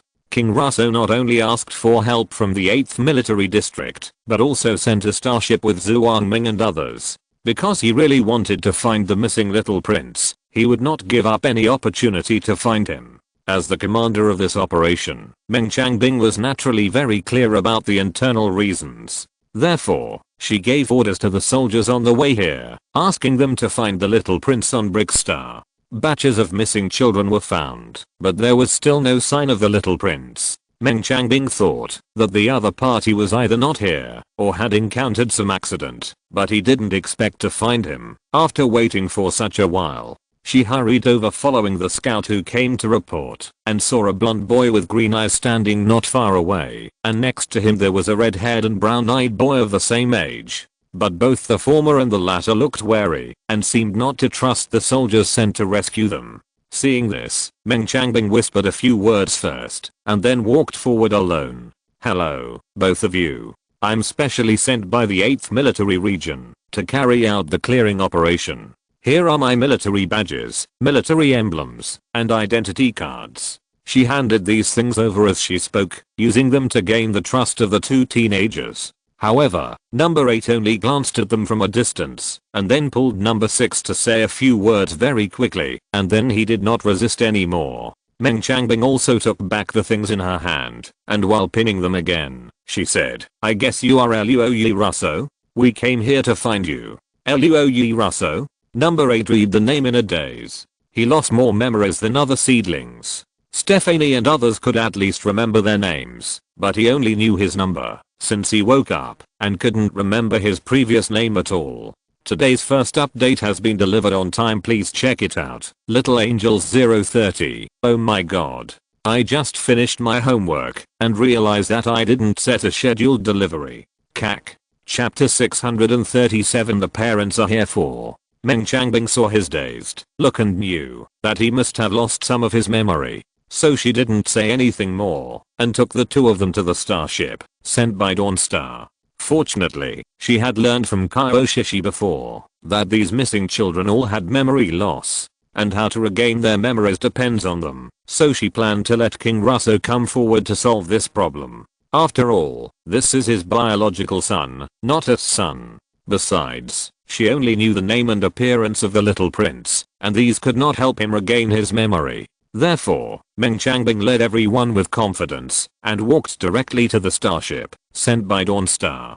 After the soldier she brought asked Queen Russo for instructions, she handed the two teenagers to the other party's men. As for the rest of the matter, she didn't need to worry about it for the time being, unless the boy with blonde hair and green eyes was not the little prince. After sending the people, she took the soldiers to start clearing out the remnants who were still fleeing. Because they came so fast, the nursery base was caught off guard, so they quickly occupied the only port. Although the Star Master of Brickstar has not been found yet, it seems that he cannot escape from the current situation. After all, Brickstar only has this one port. 3 of the students we brought are still missing.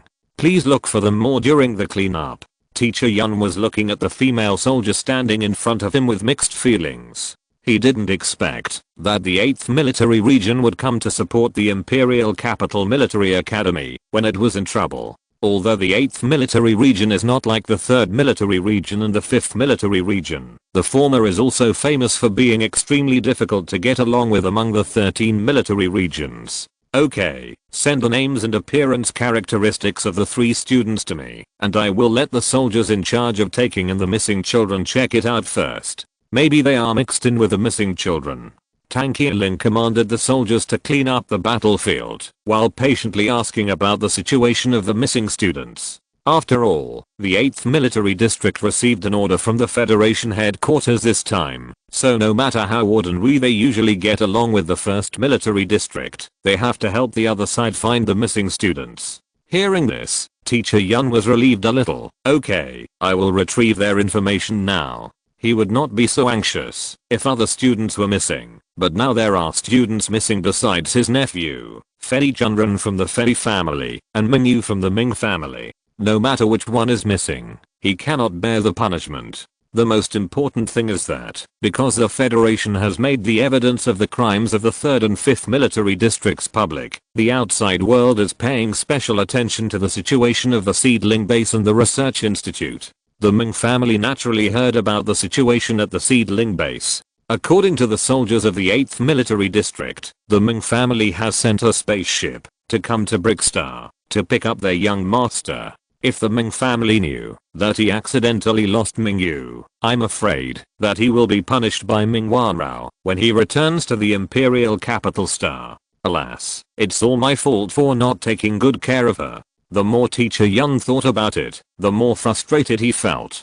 The main reason was that the nursery base's sneak attack was too disgusting. They initially thought that the worst case scenario was that they would be forced to stay, but they didn't expect that the other party would actually send soldiers and want to hurt the students. This made the teachers of the Imperial Capital Military Academy and the soldiers who followed them unable to bear it, so they started a battle to protect the students outside the interstellar spaceship. However, the base not only sent soldiers, but also sent a lot of brainwashed seedlings. Those seedlings took advantage of the chaos to sneak into the interior of the spaceship and launched a ruthless attack on the students. The scene was in chaos for a while, and the students were injured or fled. Meng Jiu disappeared in this chaos, and Yang Xiao and Fei Junren also disappeared in this way. No children who can match? Okay, I get it.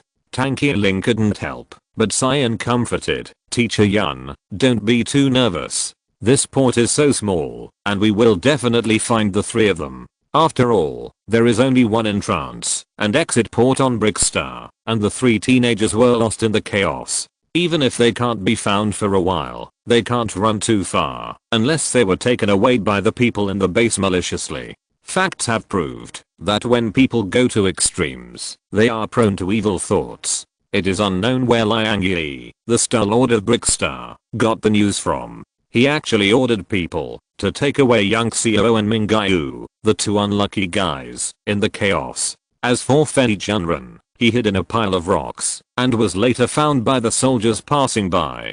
Report to Captain Meng. It has been confirmed that Ming Jiu and Yang Xiu are both in the Star-Lord's castle. The scouts responsible for collecting information hurried over. It must be said that they collected information very quickly. It didn't take long for them to find the missing two people. But this news was not good for them, because Liang Yi wanted to use the lives of these two children in exchange for the opportunity to let him leave Brickstar. Hearing this, Meng Changbing frowned and replied, Liang Yi must not be allowed to leave Brickstar. He must be brought back to the Federation for trial. Brickstar is an important base for the 3rd Military Region to conduct experiments. As the Star-Lord and contact person, Liang Yi naturally cannot be let go. But the problem now is that the two teenagers were tied up by the other side, and for their safety, the soldiers could not force an attack, which made things very difficult. Just when Meng Changbing was worried about this, she suddenly saw a scout running over with joy. Report to Captain Meng. The two students of the Imperial Capital Military Academy have been rescued, and both of them only suffered minor skin injuries. She couldn't help but be confused when she heard this. She hadn't sent her soldiers to the castle to rescue them, so how could the two students be rescued? The scout who came to report seemed to see her confusion and smiled and added, it was the people of the Ming family who broke into the castle to rescue them, and they also captured the Star Master of Brickstar. Meng Changbing was stunned for a moment when she heard this new news, but she quickly reacted and immediately went to the floating island where the castle was. The people they brought had already attacked the interior of the base, so the optical network that hindered the action was also closed, and they could shuttle freely by driving aircraft and mecha. Just as Meng Changbing arrived in a hurry, what she saw was the scene of soldiers standing in line, and at the same time, there were bursts of loud whipping sounds. How dare a waste like you kidnap my son? If it weren't for the fact that you must be taken back, I would cut you into pieces and throw you into the sea to feed the fish. She knew just by listening to the scolding female voice that the man had indeed been alarmed. So she took a deep breath and walked forward respectfully, only to see a strange man kneeling behind the soldiers. The other party was stained with blood all over his body and was very scary. Seeing this, she hurriedly advised, Master Ming, please calm down first. This man has to be taken back for interrogation. Wait until the federal headquarters has finished questioning, and then you can slowly deal with him and entertain him slowly. Today's second update has also been successfully delivered. Thank you every little angel for your support and company 030. Chapter 638 The Parents Are Here 5. Just as the 8th Military District attacked and occupied Brickstar, the troops sent by the Federation headquarters to support also arrived at Doris Star. The 3rd Military District was defeated much faster than Liu Yan expected. He led the soldiers who came with him all the way to the headquarters. So when the reinforcement sent by the Federation headquarters arrived, they had already started fighting at the headquarters of the 3rd Military District. Report to Admiral Liu, the young master is leading people to fight at the headquarters. Hearing this, Liu Ci, who was drinking tea with Yushi with a smile on his face, couldn't help but flash a trace of worry in his eyes. Yushi sat in a high position in the 2nd Military District at a young age. Naturally, he was not a naive person who didn't know how to read people's expressions. So he took a sip of hot tea and said with a smile, young Master Liu is really as brave as the legend says. It seems that General Liu doesn't need to worry too much. Hearing this, Liu Ci immediately pretended to be nonchalant and said, Major General Liu is joking. Yan doesn't need me to worry about anything. Let's continue talking about what we just talked about. Yes, I heard that young Master Liu has been very capable since he was a child. Why does General Liu need to worry too much? Yushi walked down the steps he handed over and didn't continue to talk about this topic. After all, everyone in the federal headquarters knew that President Liu was very protective of his youngest son. The main reason was that the other party was kidnapped when he was a child and had a problem since he was born. Therefore, President Liu has kept the information of his youngest son very secret until now. Only people in the 1st Military Region and his confidants know a little bit. Although Yushi was very curious about this young master, Liu Ci didn't want to talk more, so he couldn't ask more. He could only wait until he arrived at the battlefield to observe more. Although the current model is the military division of the Federal General Administration, the majority of power is still in the hands of the 1st Military District. However, the re-ranking of the military districts will be carried out every 50 years. If their 2nd military district can surpass the 1st military district in strength, then the next leader is likely to be born from them. On the surface, the election of the leader is a fair competition, and people from any military district can participate. But everyone knows the invisible rules, but no one talks about these things. So before Yushi was sent out, he received a secret order to collect more information about young Master Lu and bring it back. As the saying goes, knowing yourself and the enemy will ensure victory in 100 battles. Just as they were rushing to the headquarters of the 3rd Military District, Liu Yan's side directly sent people to storm in. Wen Jiu, who has always been obsessed with revenge, naturally fought on the front line with the soldiers. Report, we have attacked from the A5 entrance. This time she did not rush in without permission, but chose to attack in the large army. Perhaps it was because the people of the 3rd Military District felt that the situation was hopeless and had fled with important personnel long before they arrived, so their attack was much easier than they had imagined. However, it was also difficult for those people in the 3rd Military District to escape. After all, most of the ports on Doris Star were occupied and blocked, leaving only a few small ports to wait for the opportunity. The soldiers and experimental personnel who were left behind as scapegoats became increasingly sluggish after resisting for a while until they gave up resistance. Therefore, when the reinforcement from the federal headquarters arrived, they had already begun to search for information and liquidate items. Yu Shigen walked out of the starship gracefully, and the battle flag of the 1st Military District came into view. Seeing this, he pretended to smile and said unintentionally, "It seems that we are one step late after all, and Admiral Lu doesn't need to worry about the young master anymore. No one can compare with him at present." As far as he knew, the young Master Lu was only 17 this year. At such a young age, he could lead a team to overthrow a military district. Anyone who saw such a command ability would have to admire him. It was a pity that he arrived too late and was unable to see the other side commanding the battle in person and was unable to report more useful information to the higher-ups. He was just lucky. Lu Xi shook his head disapprovingly. The main force of the 3rd military region has all fled, leaving only a few people to cover up. Even Zhang Qingyan can fight his way to the headquarters. However, his words were just a polite remark, and the real combat situation was reported by his people. After Liu Yan led his men to successfully capture the brilliant port, he drove the starship straight to the headquarters without staying for long. On the way, he also encountered several waves of teams coming to fight, but they were all annihilated under his command. The soldiers of the 1st military region only suffered 20% of their casualties after several battles, while the troops sent by the 3rd military region seemed to come here specially to die, and were destroyed by Liu Yan wave after wave. It was precisely because of this that the people at the headquarters of the 3rd military region decisively chose to flee. If Zhang Qingyan had been in command, they would not have left. Hearing this, Yushi still maintained a polite smile and said, "General Lu just likes to joke. If I had such an outstanding brother, I would have jumped 8 feet high for joy." It's always right to say some flattering words. In addition to being strong, Yushi is also very considerate in this aspect of being a person.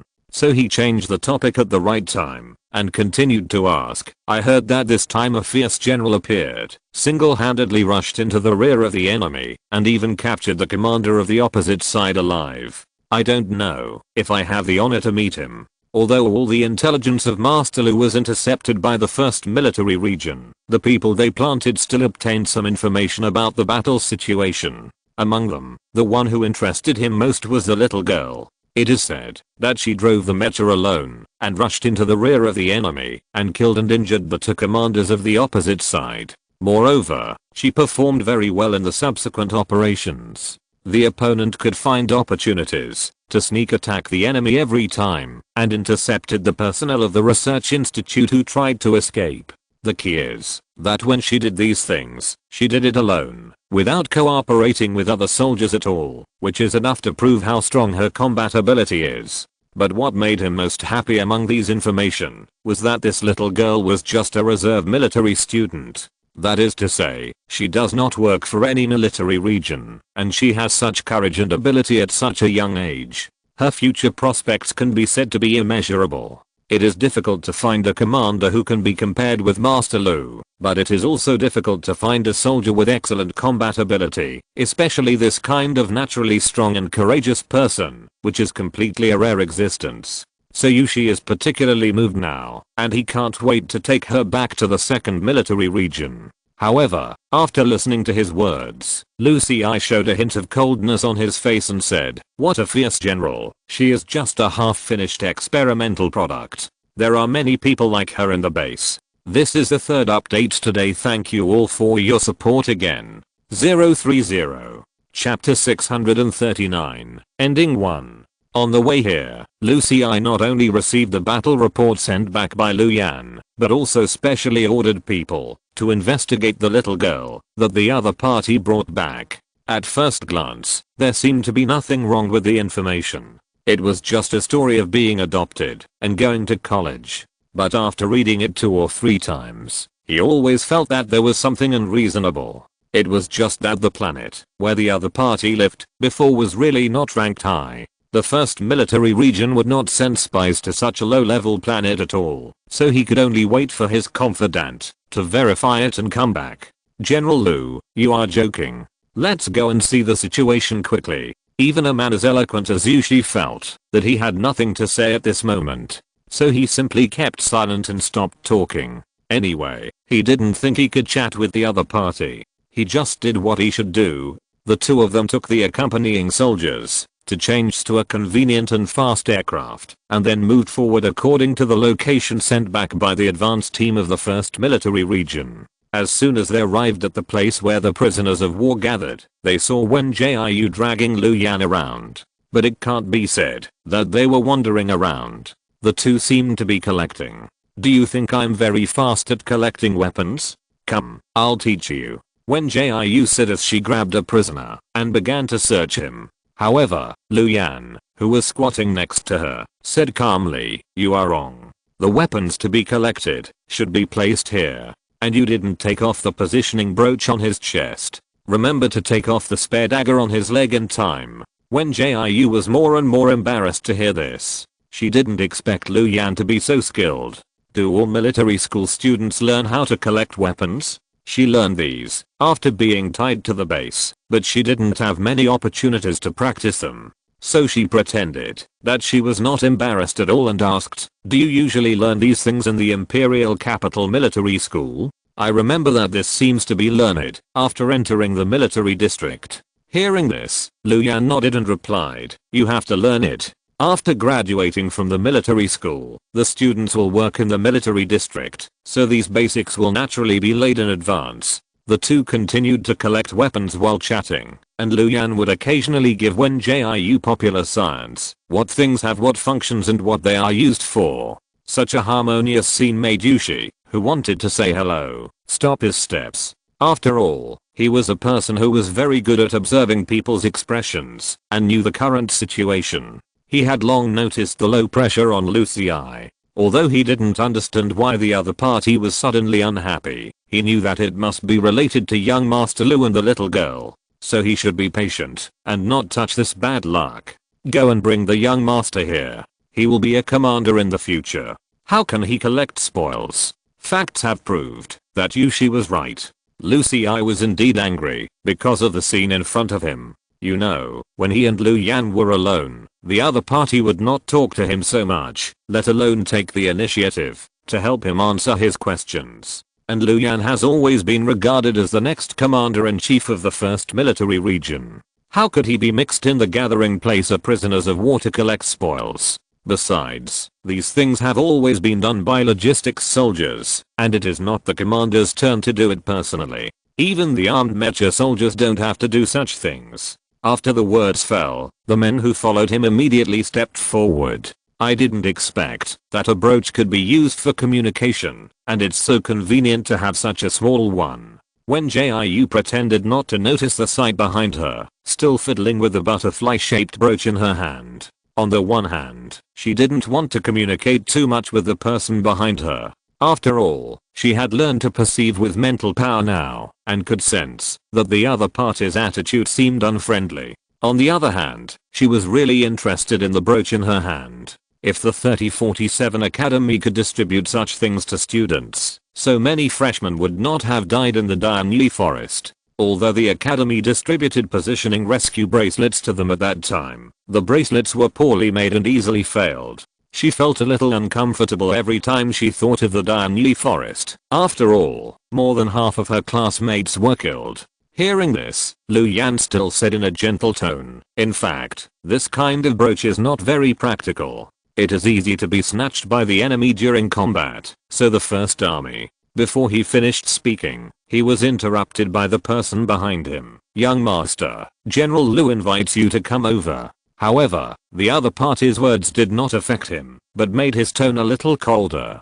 "So the 1st Military Region has long stopped using this kind of brooch." He took out an earring from his wisdom ring and handed it to Wen Jiu. "I'm sorry, I have something to deal with, and I have to leave for a while. If you want to find me, you can use this earring. Just divide a little mental power to connect."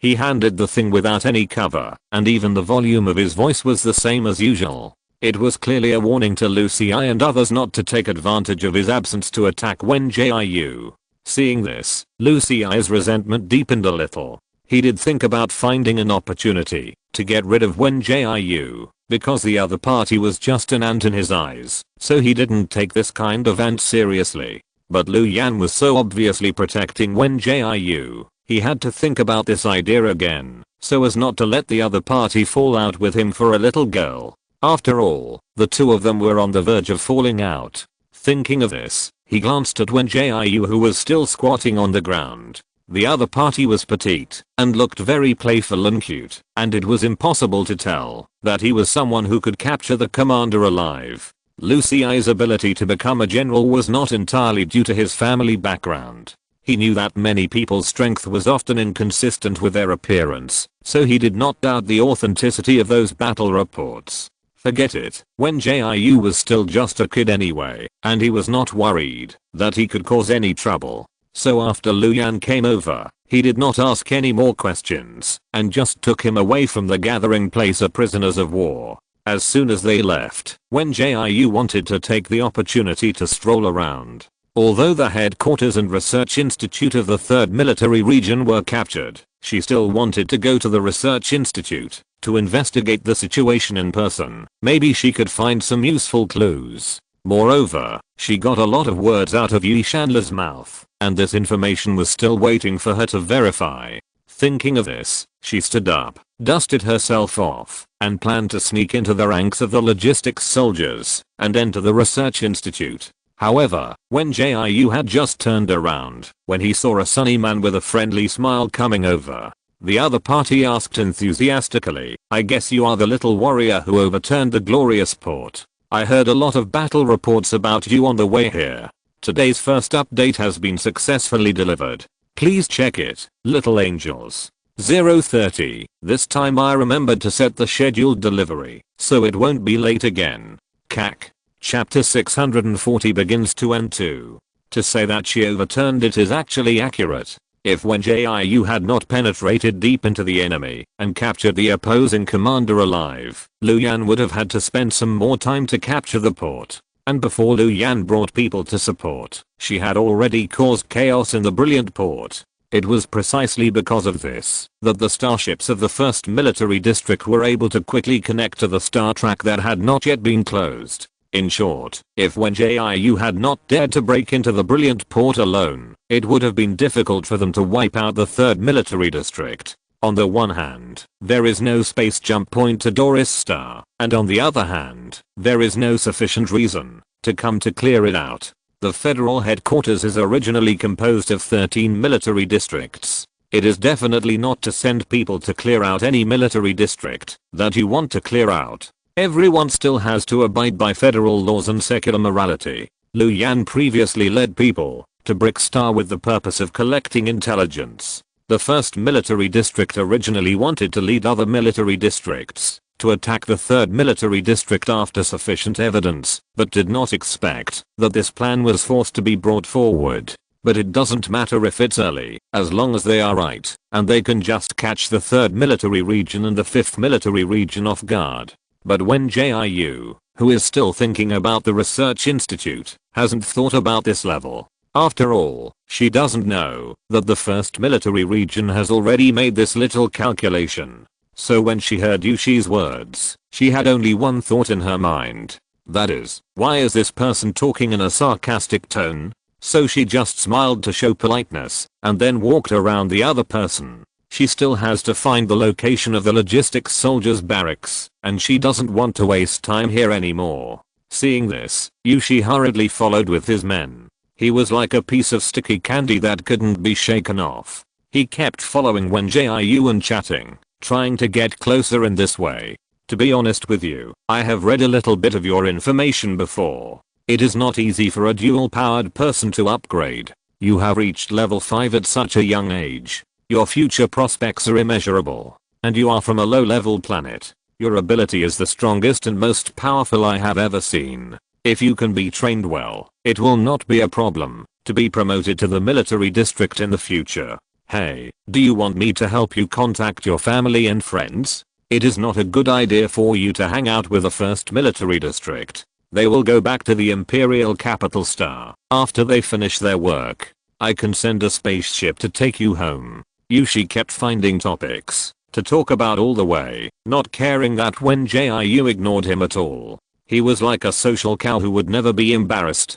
Just when he was thinking about how to get the other party to speak, he realized that they had actually walked all the way to the location of the research institute. Wen Jiu originally wanted to go to the military camp of the logistics soldiers to fish in troubled waters, but then he thought that it would be difficult for her to blend in as a small person, and the people following her seemed to be from the 2nd military district. It was also reasonable for these people to enter the research institute for a search, so she simply took them directly to the research institute. Anyway, the 2nd military district would also send people into the research institute. She saw that Yushi, the leader, was very interested in her, and she could just use him as a banner to enter the research institute. So Wen Jiu thought for a moment before saying, "Big brother, can you take me in here? I have something to deal with." This time, she did not use the child's cute tactics, but put on a reasonable attitude. After all, Yushi had read all kinds of her information.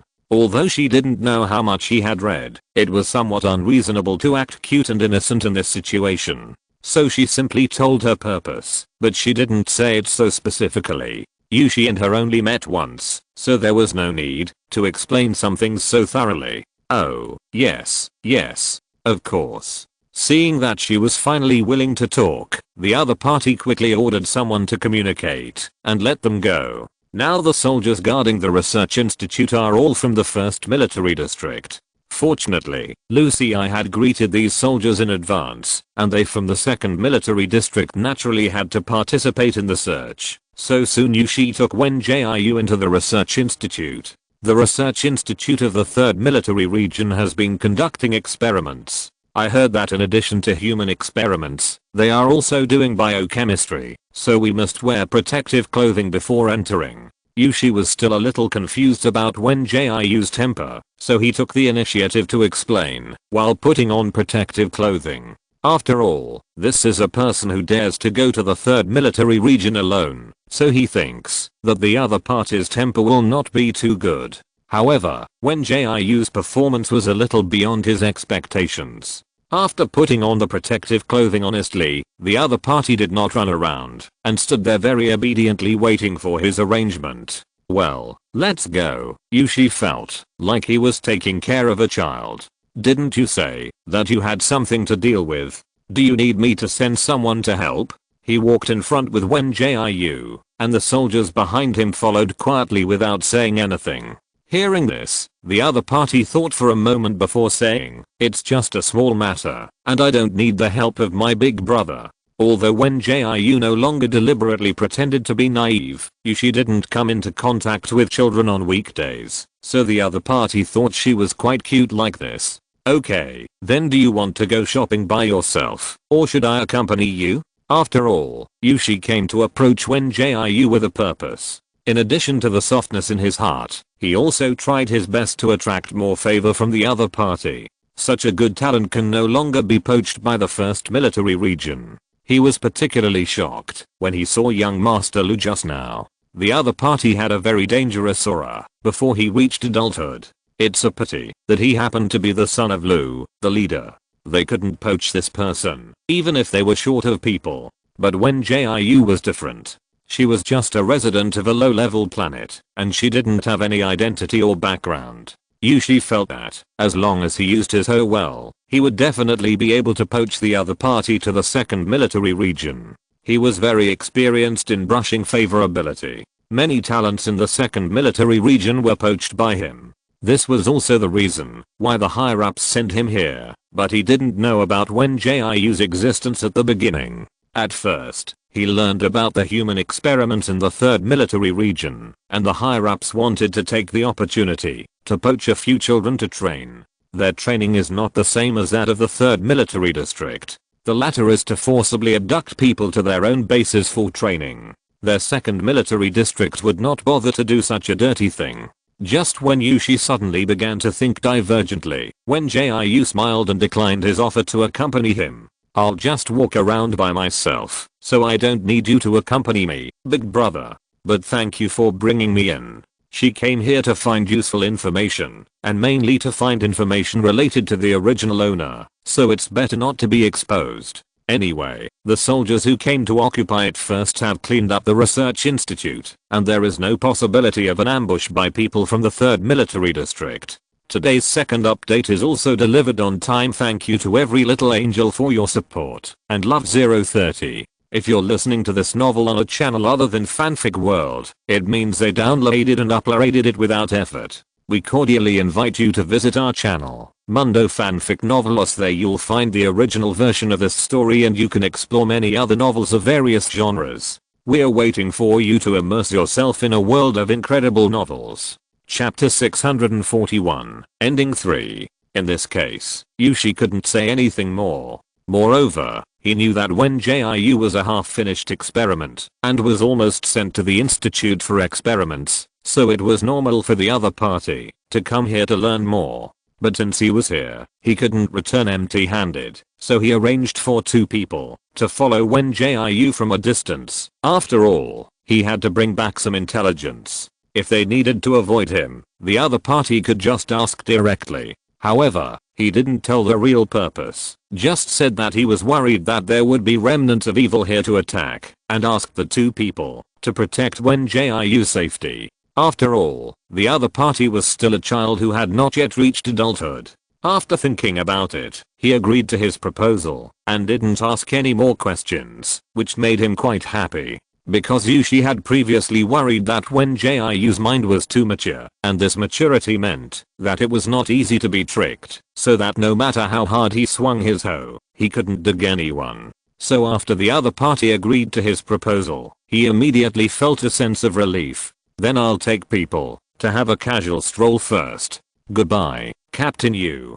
Wen Jiu waved his hand obediently, and then turned and walked towards the 2nd floor. She originally wanted to start the search from the 1st floor, but considering that Yushi would also lead people to search, she changed her mind and started from the 2nd floor. It just so happened that Yi Shanli had previously revealed some information about the research institute, saying that the room where the experimenters made medicine and stored items was on the 2nd floor.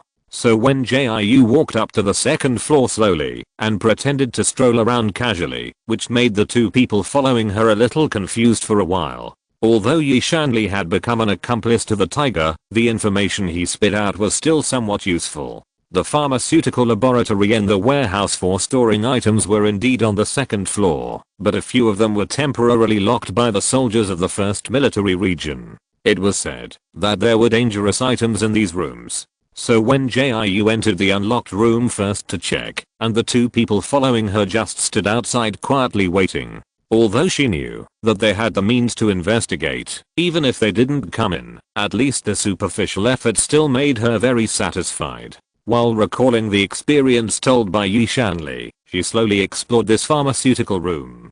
The other party said that he was also selected from the seedlings, which means that the seedling breeding plan existed more than 10 years ago. During this period of more than 10 years, the institute suffered two major blows. One was that the institute had not been established for long, but it was forced to move its position due to the leakage of the plan. The other was that 3 years ago, a seedling killed someone and escaped, which aroused the anger of citizens and the attention of the Federation on the Star Network, forcing the institute to announce the termination of the plan and disband the team. Although the former did not cause much trouble, the plan was leaked too suddenly at that time, so many materials and experimental products could not be taken away and had to be destroyed in a hurry. But no one could guarantee whether they were completely destroyed.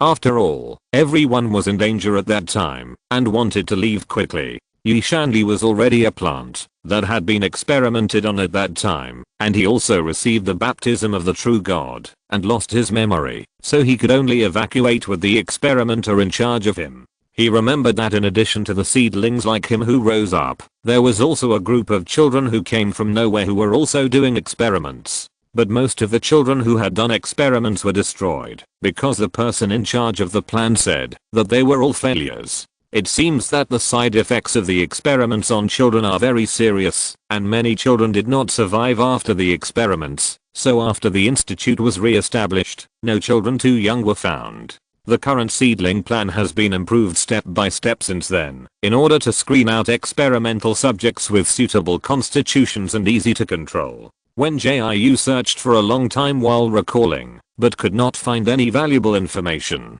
The two people sent by Yushi followed her all the time and did not ask any questions, even though she walked around the second floor, as if they were really sent to protect her safety. Anyway, it was okay for them to follow her, because she had not found anything so far, and they could help her block others, so it was okay to take them with her to wander around. Wen Jiu wanted to climb into several blocked rooms just now, but ran into the soldiers of the 1st Military Region who came to patrol.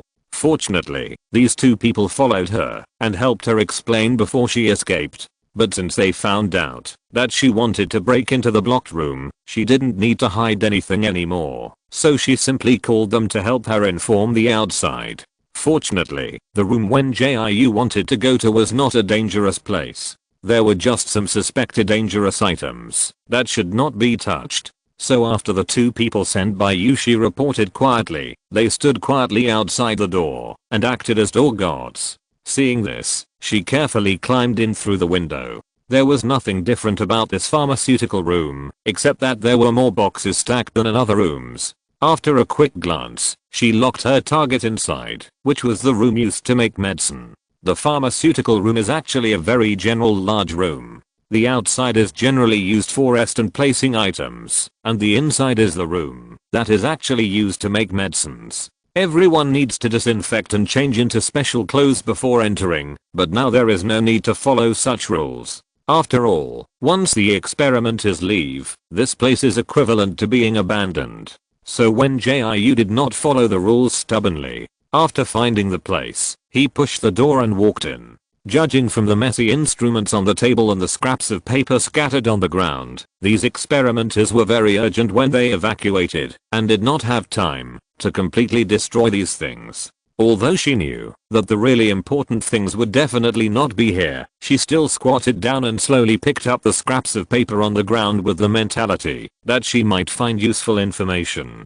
Some of these scraps of paper were cleaned up by a shredder, and she couldn't piece them together after picking them up, so she only picked up the larger pieces of paper with words. After the advancement of technology, many people are used to using electronic panels to record, but there are still many researchers who like to use paper and pen, especially for those who specialize in the configuration of medicines. Paper and pen are more convenient than electronic panels. This is also the reason why when Jiu came to the pharmacy to look for it. She might not be able to find useful information in other rooms, but she believes that she can still find something here. Facts have proved that what she thought was right. After a short period of piecing together the pieces of paper, coupled with the identification of the residual medicine and drug residues in the instrument, She estimated that this place should be used to develop medicines to suppress side effects, but one thing that surprised her was that one of the torn medicine notes was actually written by Zhu Wangming. This is the third update today. Thank you all for your support again. 030. Chapter 642. Ending 4. Wen Jiu knew that Zhu Wangming had worked for the 3rd military region before. Otherwise the other party would not have known about the existence of the human experiment plan. It was just that suddenly seeing Zhu Wangming's name appear in the notes still made her feel more or less complicated. Although the other party saved her several times later, he could not erase the traces of the past. Like these medicine notes from Zhu Wangming's hand. Even if the other party took them away, he could not deny it. Fortunately, she was not a person who liked to get stuck in a dead end, and she felt that she was not a good person, so there was no need to care about this. So she silently restored a pile of torn pieces of paper. After all, she was in need of medicine to reduce the side effects. If her alienation had not been restored before the arrival of the large army, she would have been locked up as a comrade of the 3rd military region. I heard that the experimental subjects rescued from the research institute were locked up. Although this was only temporary, it still made her feel some indescribable sympathy. Wen Jiu was not a person who paid special attention to appearance, but if she was misunderstood by others because of her alienation again, she would not know how to explain it clearly, even if she was right. Because according to the information, she is only a semi-finished product now. If she shows any abnormality, it will be particularly easy to arouse suspicion. Therefore, she must learn more about this experiment, whether for the original owner or for herself. As she thought, she checked the restored medicine notes. It can be seen that Zhu Wangming has a high talent in medicine. After the other party left, this formula has been used for several years. It was not until another person appeared and improved his formula that the institute replaced the inhibitor with a new formula. Mirabilis jalapa, kiwu grass, and peng peng mushroom. Wen Jiu silently memorized this new formula and planned to go to the hospital to ask Zhu Wangming about it after returning to planet 3047. However, she felt a little uncomfortable when she thought of the hospital because it reminded her of her experience that night. Although she eliminated many soldiers from the 3rd military region along the way and killed the commanders of the opposite side one after another, and even the nursery teacher who sent her here, she still felt guilty deep in her heart. I don't know how Ruman is doing on planet 3047. Wen Jiu was thinking when she suddenly heard a knock on the door, so she put the collected papers into the storage ring, then hurried to the window and jumped lightly and neatly onto someone. Wait, how could she be on someone else? Be careful. Lu Yan put her down very naturally, calmly as if nothing happened. Hearing this, Wen Jiu, who wanted to beat someone up, calmed down instantly and put his hand around the other person's neck and let it fall. Seeing this scene, Lu Xi's face almost turned green with anger, and Yushi, who followed him, also silently pursed his lips. It's just that the former was angry at Wen Jiu's behavior, while the latter was trying hard to hold back his laughter to avoid being scolded. Because the scene just now was so funny, not only Lu Yan walked forward very naturally to pick up and release people, and Wen Jiu was caught by the window with a vigilant face, and the other party was still in a daze. So not only Yushi found it particularly funny, but other soldiers who followed were also holding back their laughter. Why are you here? Wen Jiu asked, as if she didn't see anyone else. I came here because things have been dealt with. Lu Yan answered her, as if nothing had happened. Seeing this, Lu Xi cleared his throat very loudly, fearing that others didn't know he was here.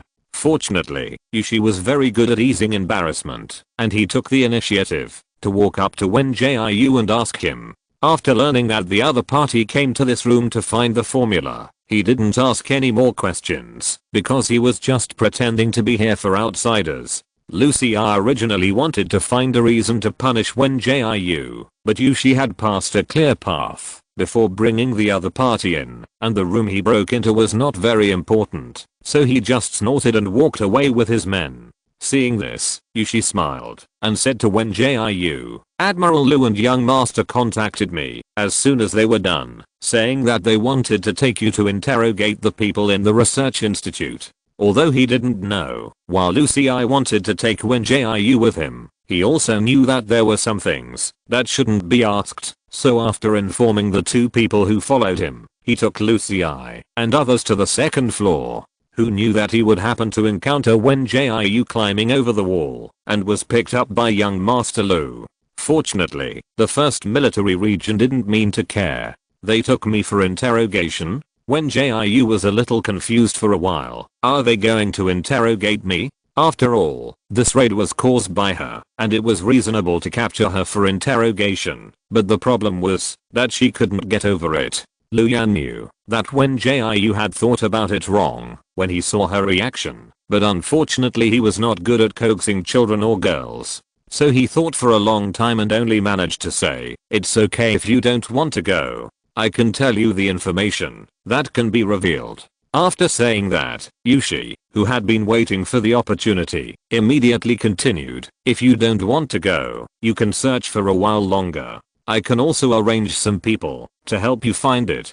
He didn't want Wen Jiu to participate in the interrogation from the beginning. After all, Lucy I's temper was famous for his unpredictable temper. If he was unhappy, he could turn the other party into the one being interrogated. Besides, how could outsiders be allowed to interfere in such an interrogation? Even if Wen Jiu was a participant in this offensive plan, it was not his turn to participate in the interrogation. Fortunately, this young Master Lu was sensible and did not help his brother to mess around. "Well, that's fine." Wen Jiu answered Lu Yan's words first, "But how do you give me the information? I can't stay here all the time."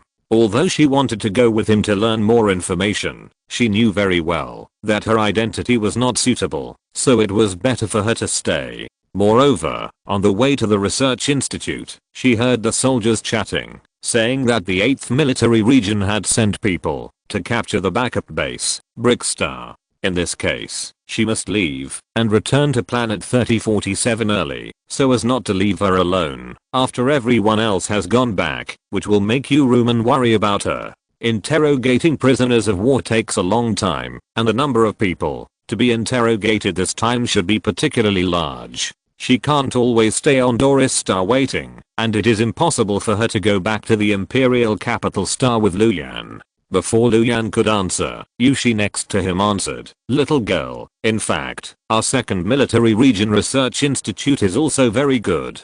Do you want to consider going back with me to visit? Don't worry, we won't do anything to detain you. You can go back to your original planet at any time, if you want to.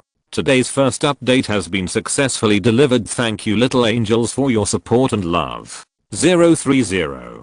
Chapter 643. Does it count as candy? Counted 1. Chapter 643. Does it count as candy? One Yushi had just finished his words of winning over when he suddenly found that the temperature around him was dropping, and he shivered in the cold. As the current Major General of the 2nd Military Region, he was not able to get to where he is today entirely because of his eloquence, so he reacted quickly. "I'm just giving a small suggestion. I wonder what young Master Lu thinks." After he finished speaking, he silently constructed a layer of shield, fearing that Lu Yan would hit him if he was unhappy. Although he didn't know what level of superpower Lu Yan was, he could feel from the falling temperature that the other party's superpower level should be higher than his. After all, he was a fire superpower who had just broken through to level 7. If he wanted to make him feel cold, his level must be higher than his. In fact, Lu Yan didn't know what to say. He just didn't want Wen Jiu to be abducted by Yushi. Whether in terms of strength or character, the 2nd Military Region is indeed better than other military regions in all aspects. But in his opinion, the best one must be the 1st Military Region. Regardless of other things, just because he will join the 1st Military Region in the future, he still hopes that Wen Jiu can get to know the people in their 1st Military Region more. After all, with Wen Jiu's strength, he will definitely be promoted to the military academy, and it will not be difficult to join the military region in the future, so he doesn't want him to leave with Yushi at all. Just when he was thinking about how to dissuade Wen Jiu, the other party waved his hand and refused firmly. "No, I plan to return to my native planet tomorrow. I'll talk about the military region when I grow up." I'm just a reserve military student now, let alone visiting and communicating with the 2nd military region. She is a little stressed when she hears this. After all, the 3rd military region has brought her a lot of troubles. If she hadn't been tied up in the base for no reason, she would still be dreaming of being the richest person on planet 3047. But as the saying goes, fate is destined. If she hadn't been forced to enter the seedling base, she wouldn't know what happened to the original owner, and she wouldn't be able to find the reason why she would be alienated. Although Zhu Wangming briefly told her a part of the story, she only discovered many things bit by bit after she came to the nursery base. Are you going back tomorrow? Yushi immediately took over the conversation. Although I don't want to discourage you, it may be difficult for you to go back. After saying that, he also glanced at Lu Yan, who was standing next to him. He thought that the other party would tell Wen Jiu the truth, but now it seems that he doesn't know the follow-up treatment at all. What do you mean? Am I going to be arrested and interrogated too? Wen Jiu tilted her head in confusion. She had previously agreed with Lu Yan that she would be released home after the matter was completed. Could it be that the other party wanted to break the agreement? No, Lu Yan immediately sensed an inexplicable sense of danger. No one will arrest you for interrogation. In fact, Wen Jiu should be taken back to the federal headquarters for interrogation. After all, the other party was the fuse of this raid plan. But he had said before that he would definitely send Wen Jiu home, so he used his power to protect the other party. It was precisely because of this that Lucy I was so angry that he came here to find out the truth and wanted to prove that Wen Jiu must be taken back to the headquarters. As a result, no one thought that such a ridiculous thing would happen. Fortunately, Lu Yan's desire to survive was strong enough, otherwise Wen Jiu would really turn hostile. She took a long breath to calm herself down and asked again, when can I go home? And how are you going to give me the information? She wanted to return to planet 3047 as soon as possible to reunite with Kyoshishi and others, because she didn't want everyone to worry about her anymore. So she planned to set off early tomorrow morning, but now it seems that it is not an easy thing for her to leave. The day after tomorrow at the latest. Lu Yan always maintained his usual indifferent tone. Do you have a Star Network account? I will send it to you through the Star Network. Hearing this, Wen Jiu immediately nodded and replied, that must be there, but I don't have a wisdom ring now. I'm afraid I can't log into the Star Network. I don't know if a wisdom ring was lost by the nursery teacher. Anyway, she turned over the nursery teacher who was responsible for escorting her, and there was nothing else except the storage ring that was taken away. Thinking of this, she suddenly remembered the shadow crystal ball that Yi Shanli had stuffed into her before being taken over by the soldiers, which could summon the true god. The god of Sulemei seemed to be the belief of the 3rd military district. Everyone here believed in the existence of the true god.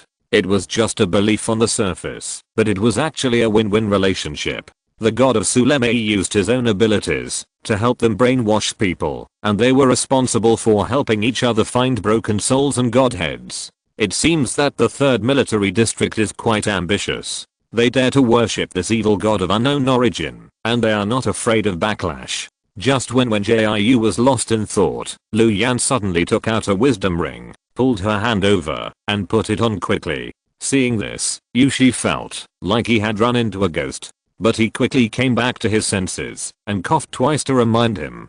He is so old and still standing here. Can you young people pay more attention? And he thought Wen Jiu and Lu Yan were friends, but he didn't expect that it seemed that he was too old to understand the young. Hey, isn't this inappropriate? Wen Jiu also reacted. It's just that what she said was inappropriate, and it was not the same as what Yushi thought. She was just embarrassed to take advantage of Lu Yan. After all, the other party helped her so much this time. Although the 1st military district had long wanted to wipe out the 3rd military district, she was only the fuse of this plan, but she still separated the public and private affairs in her heart, so she subconsciously wanted to take off the wisdom ring and return it. But Lu Yan did not give her this opportunity. There are no extra wisdom rings available in the spacecraft supply. This one is one I used before but discarded. You can use it first and return it to me later. And you have to stay here for a few days. Without the wisdom ring, you can't contact your family, so you should take it. Wen Jiu was stunned by these words, and she put down her hand that wanted to take off the wisdom ring. The main reason was that she really needed the wisdom ring to contact people. Rumen and Kyoshi were waiting for her, and she wanted to go to the logistics soldier to get a wisdom ring, but she didn't expect that there were no extra wisdom rings in the spacecraft supply. Well, actually we have it in the second military district. Yushi wanted to take the opportunity to show off, but when he saw Lu Yan staring at him coldly, he immediately changed his words and said, "There are a lot of delicious food and fun things. Do you want to go with me to have a look?"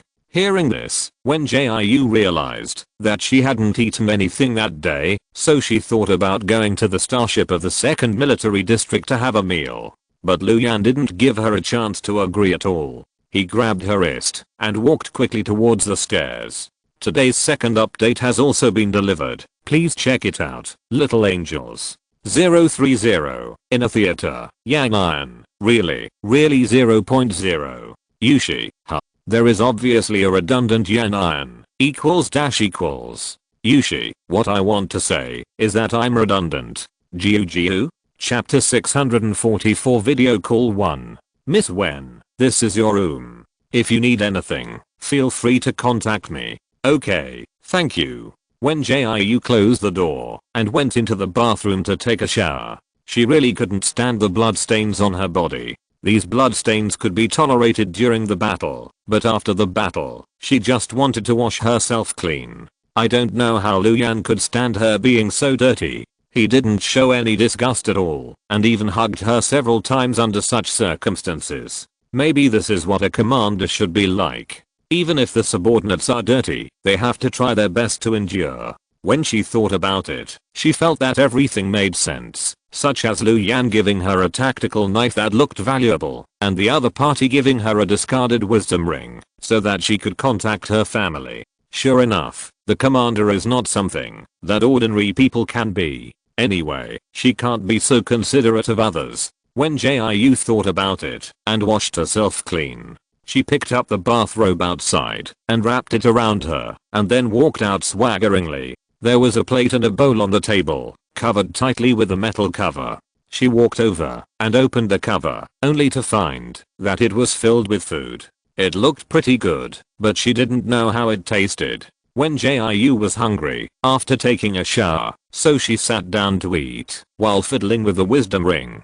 She originally wanted to stay in the research institute to find more information, but Lu Yan kept dragging her onto the aircraft, and she felt that she really needed a good rest, so she followed him back to the starship. Although she didn't understand why Lu Yan reacted so strongly, she also knew that it was not good for her to have too much contact with Yushi. After all, the latter was sent by the 2nd military region, and she was currently an ally of the 1st military region, so she could still understand avoiding suspicion. She originally wanted to ask Lu Yan more about the research institute, but after exchanging Star Network accounts with her, he was called to a meeting, so she was taken to the room by others to rest first. This time, the cleanup of the 3rd military region was fought from morning to night. It was already past 4 in the morning, and it would be dawn in a while. I don't know how those people have so much energy to hold a meeting after the battle. As soon as Wen Jiu opened the light screen panel, they were full of pop-up messages.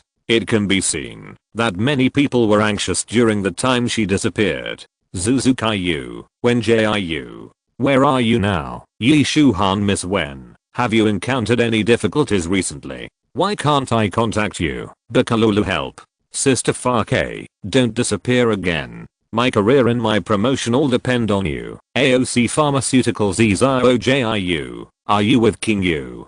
Don't scare me, I'm very timid. She carefully checked the messages one by one. She didn't expect that, since the first day she disappeared, someone started to look for her in a hurry. But it makes sense. When she disappeared, other people also disappeared. In addition, Rumen was injured. It would be strange if Zhu Wangming and Zizio were not anxious. Thinking of this, Wen Jiu clicked on Rumen's profile picture and sent a message tentatively. Looking at the dim little light dot representing unread messages, she felt her heartbeat speeding up, as if it was about to break away from her chest. Anxious, nervous, scared, panicked. She couldn't tell what her mood was now, but she only knew that what she hoped most was that the little light dot would light up. However, time passed by minute until the food in the bowls and plates were cold, and she didn't see the little light dot change. Seeing this, Wen Jiu sent a message to Zhu Wangming in despair, and then closed the light screen panel and ate the food in silence.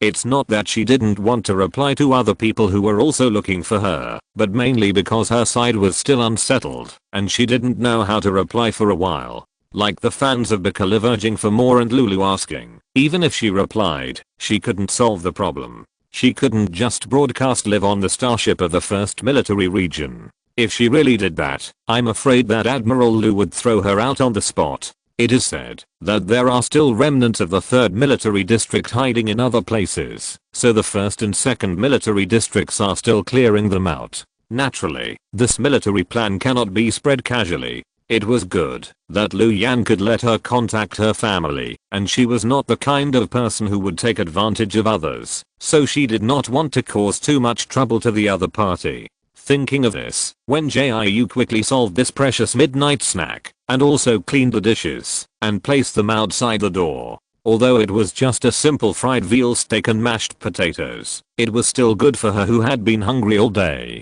Moreover, this steak was soft, tender, and juicy without a trace of fishy smell, which was much better than the interstellar dark cuisine in her impression. And the mashed potatoes were also smooth, delicious and sweet. It seems that the chefs of the advanced planets are much more powerful. After Wen Jiu was full, he was in a better mood, so he lay on the bed to study the shadow crystal ball. When she broke into the interstellar spaceship to capture Yi Shanli alive, the other party originally wanted to use this crystal ball to summon the true god. But for some reason, Yi Shanli did not summon in the end and gave her this shadow crystal ball. According to the other party, there is a trace of the soul of the true god in it, and after summoning it, the true god can fulfill the wish. It sounds a bit like the atmosphere of Aladdin's magic lamp, but the people of the 3rd military region will not make other wishes. They usually pray to the true god to help them eliminate the enemy. To put it bluntly, it is to use the god of Sulame as a talisman, and the other party is also very happy to do such a thing. Because the god of Sulame was originally an evil god, he became a god by slaughtering others and absorbing resentment, so if he wants to restore his divine power, he naturally has to kill people. Wen Jiu guessed that this is also the reason why the god of Sulame would cooperate with the 3rd military region. After all, the resentment of seedlings and plants after being tortured is incomparable to ordinary people. It's really a sin, she silently complained. It's strange that you don't get backlashed if you take the evil path. Although she didn't know how the god of Sulame fell, in her opinion, the person who did this was simply a savior hero. If the other party really sat firmly in the position of god, who knows how much blood and rain he would cause. Just as Wen Jiu was thinking about Yi Shanli's words and studying the crystal ball, the wisdom ring on her hand suddenly flashed. Seeing this, she quickly opened the light screen panel and saw a pop-up window on the screen. Zuzukayu is inviting you to a video call. Today's 3rd update was also delivered on time. Thank you again for your support. 030. Jiu is a well-known word. Chapter 645 Video Call 2. Is this really a message from Jiu? Kaioshishi stared at the screen panel eagerly. Uncle Zhu, ask her what's going on over there.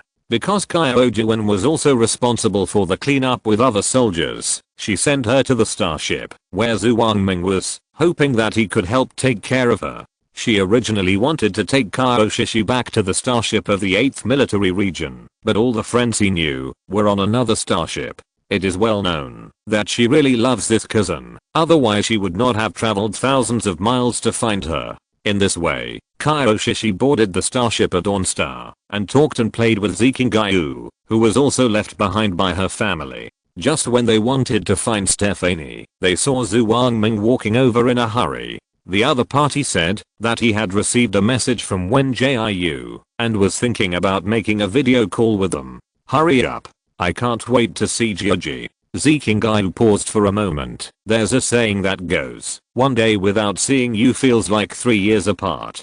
Although they just parted with Wen Jiu in the morning, after a whole day of ups and downs, they really miss each other now. TSK, you want to see Jiu, but Jiu may not want to see you. Kyoshi also had the mood to joke after relaxing. Zikingayu immediately retorted after hearing her words, you know Jiu doesn't want to see me. Then I said Jiu doesn't want you to see me. Looking at the scene of the two children bickering, Zhu Wangming's mouth corners slightly curled up, revealing a rare sincere smile. Since when Jiu disappeared and Yuruman was seriously injured, he hasn't relaxed for a long time. Fortunately, the clouds and mist have been cleared and the moon is bright, and everything is moving in a good direction. While listening to the two children bickering and playing, Zhu Wangming clicked the invitation button to initiate a video call. He originally thought it would be better to send a message so late, but then he thought that Wen Jiu probably didn't have the energy to rest right now, and he estimated that he was still worried about his friends, so he simply made a video call for the sake of simplicity and convenience. This is also the reason why he came to find Kyoshi and Zikingayu. Although he heard that Wen Jiu had made new friends on Brickstar, those children had to be examined by the 8th military region. So he hasn't seen those children yet, and can only talk to Kyoshi and Zikingayu first. Just when Zhu Wangming's thoughts were drifting away, a beep suddenly sounded, indicating that the call was connected. Wow. Is that Dr. Zhu Wangming? Wen Jiu in the picture was full of smiles, and it was obvious that she was in a good mood. However, before Zhu Wangming could answer, the two children spoke first. Jiu, where are you now? Why don't you come back to find us? Do you know that the 8th military region came to rescue us? Jiu woo, I miss you so much. Did you eat and rest well? And were you injured in the battle? When can you finish the battle and come back? As soon as Zikingayu saw Wen Jiu's face, 2 lines of hot tears flowed out instantly. In comparison, Kyoshi was calmer. Although her eyes were wet, she still tried her best to restrain herself. Seeing this, Wen Jiu, who was far away on Doris Star, was also touched. She no longer felt that the two of them had too many problems, but only felt a real touch of being cared for. So she patiently answered their questions, and then looked at Zhu Wangming who was sitting next to her. Dr. Zhu, long time no see, how come you are so thin? And you should trim your beard. TSK, your dark circles are like smoky macup. Have you not had a good rest recently? Although she wanted to know Yuruman's condition as soon as possible, she was touched by Zhu Wangming's tired look, so she chose to ask him first. Hearing this, Zhu Wangming nodded helplessly and said, yes, I can't sleep after you got into trouble. I'm busy looking for you and taking care of you all day long. I have to take time to take a shower, not to mention trimming my beard. He has not had a good day for more than 2 months. Not only does he have to run around to find news about Wen Jiu, but he also has to spend time in the hospital to accompany Yuruman. Although he still has several hours of free time, he uses them all to do research in the laboratory. He only sleeps for 3 or 4 hours a day, not to mention taking care of his image. Take care of people. Yes, take care of them. Wen Jiu quickly grasped the key point, but she didn't dare to finish her words for a while, fearing that her guess was wrong. Fortunately, Zhu Wangming nodded and replied, it's to take care of your mother Yu. She is now unable to move, and can only lie down, but she relies on me, a good man, to accompany her. As soon as he mentioned Yuruman, he became very excited, and he didn't forget to praise himself while speaking. Kyoshi and Zikingayu laughed when they heard this, but they didn't mean to ridicule, they just thought that this self-praising words were very interesting. On the contrary, Wen Jiu didn't laugh. After listening to Zhu Wangming's words, she couldn't help but fall into self-blame. In fact, the other party's words also revealed a good news. That is, Yuruman did not lose her life due to injuries. It's just that the inconvenience of movement means that the other party was seriously injured. Otherwise he wouldn't be unable to get out of bed after more than 2 months of recuperation. Seeing this, Zhu Wangming immediately returned to his serious state and said, don't worry, although Manman is seriously injured, she is out of danger under my treatment. She just needs skin grafting and rehabilitation training. As long as she is alive, everything is fine. You must also believe in my ability as a doctor. I will definitely restore Manman to her peak. He did not brag to make Wen Jiu happy, because he really made up his mind, and he has been adjusting the plan during this period, and has also done a lot of research on burn treatment. It's just that it's not an easy thing to restore Rumen to her peak. It's still difficult to achieve without a year or two, so he hasn't told these words to others. It was because Wen Jiu was also worried about Rumen that he was willing to tell her all his thoughts. These words also comforted Wen Jiu, and she thanked him sincerely at first. Then she said, I will bear all the medical expenses for Teacher Yu. If you need any help, just ask. I will do my best to help Teacher Yu recover. Anyway, she has plenty of star coins in her small treasury. Even if it is not enough, she can continue to earn money. As long as Rumen can recover, everything will be fine. You don't have to take out your wallet for the medical expenses, Zhu Wangming said speechlessly, holding his forehead. I have saved a lot of money over the years. But if you want to help, there is one thing I want you to do. The first update of today has been successfully delivered. Thank you for your support and love. 030. Chapter 646 Self-Strategy Start 1. Wen Jiu chatted with Zhu Wangming and others for a long time until someone came to report that King Russo had summoned them, and they hung up the phone reluctantly. She didn't know the existence of King Russo, but once the chatterbox Zikingayu started chatting, she could talk about everything from heaven to earth. So she knew that number 8 was suspected to be the son of King Russo. No wonder the other party asked for gold in exchange for who kick his furball. If number 8 is really the son of King Russo, let alone 100 kilograms of Aurora gold, if he is happy, it won't be a problem for him to give her a mine. So Wen Jiu especially hopes that number 8 can confirm this identity, so that she can rely on Hukiki to reach the pinnacle of life. But what surprised her the most was not the news, but that number 6 actually took Chu Jiadan with him before leaving. According to Zikingayu's narration, Chu Jiadan seemed to have regained his memory, so he was willing to follow them. There were also the 8th Military Region clearing out the nursery base, the head of the Ming family beating up the Star Master, and the parents of Zikingayu traveling thousands of miles to look for people, etc. Each of these things made Wen Jiu feel a sense of surprise. After all, none of these things were within her expectations. She had originally discussed with Lu Yan how to go back to save people. Now, Kaioshishi and others are safe and sound, just waiting to return to planet 3047 to reunite. Just as she was thinking about how to complete the task that Zhu Wangming said, she suddenly heard a doorbell ringing. Wen Jiu subconsciously picked up the tactical knife for self-defense and then walked towards the electronic panel step by step. The main reason was that she had stayed in the nursery base for too long, and it was difficult for her to let go of her guard for a while. Miss Wen, are you asleep? Lu Yan's cold and gentle voice came. The other party seemed to have just returned to the starship after a meeting, and there was a hint of fatigue in her upturned phoenix eyes.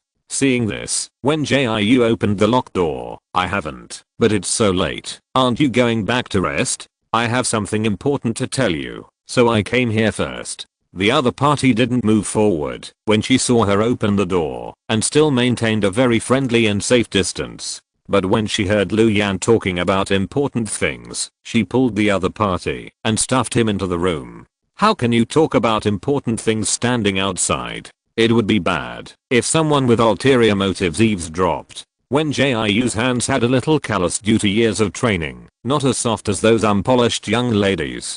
But Lu Yan still coveted the hot warmth on her body and couldn't help but wrap his cold hands around her, tightly pressing against her palms. Seeing this, Wen Jiu's originally calm face was slightly startled, but she didn't shake it off after all, thinking that Lu Yan wanted to go in quickly to talk. Come on, hurry up and finish so that you can go back to rest early. She directly dragged the other party to the sofa and then released her tightly clenched hands. The warmth she brought suddenly disappeared, and Lu Yan could only let go, as if nothing had happened. Now was not the time yet. He needed to control his thoughts. Why aren't you talking? You're not here to settle accounts with me, are you? Wen Jiu saw him standing there in a daze and joked, do you want a wisdom ring or a tactical knife? You can only choose one. If Lu Yan really came to ask for something, she would not refuse to give it to him. After all, these were his belongings. No, no. Lu Yan finally returned to his usual indifference. Since I've given it to you, there's no reason to take it back.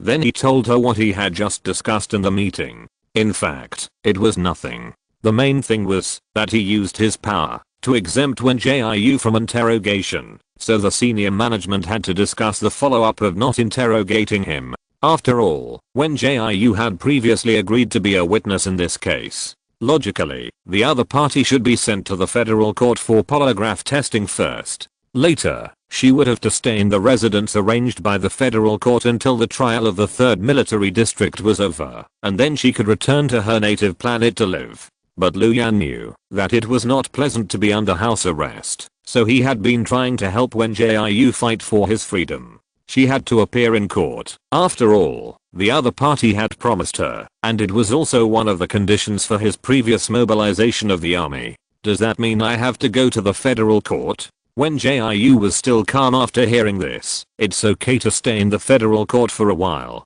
But can I go home after I go? I don't want to live in prison again. Although she wanted to go back to planet 3047 to see Uruman as soon as possible, she had promised Lu Yan that she would not go back on her word.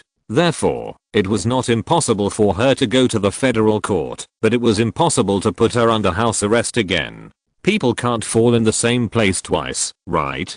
Thinking of this, she pursed her lips slightly in grievance, and the flesh on her cheeks swelled up. Seeing her face slump, Lu Yan suddenly had the urge to pinch it. But he finally suppressed this thought, and said with a smile, "With me here, no one will dare to put you under house arrest. So the result of the current discussion is that you will return to your original planet to reunite with your family first, and then the federal court will send someone to pick you up to testify in court, and you will be sent home after the trial. In short, they will only find you when they need you, and it will not affect your normal life at other times." Hearing this, Wen Jiu immediately looked at him with shining eyes. Really? I don't have to stay in the federal court all the time. But after she finished speaking, she felt something was wrong, so she changed her joyful smile and put on a vigilant face. You must have conditions, right?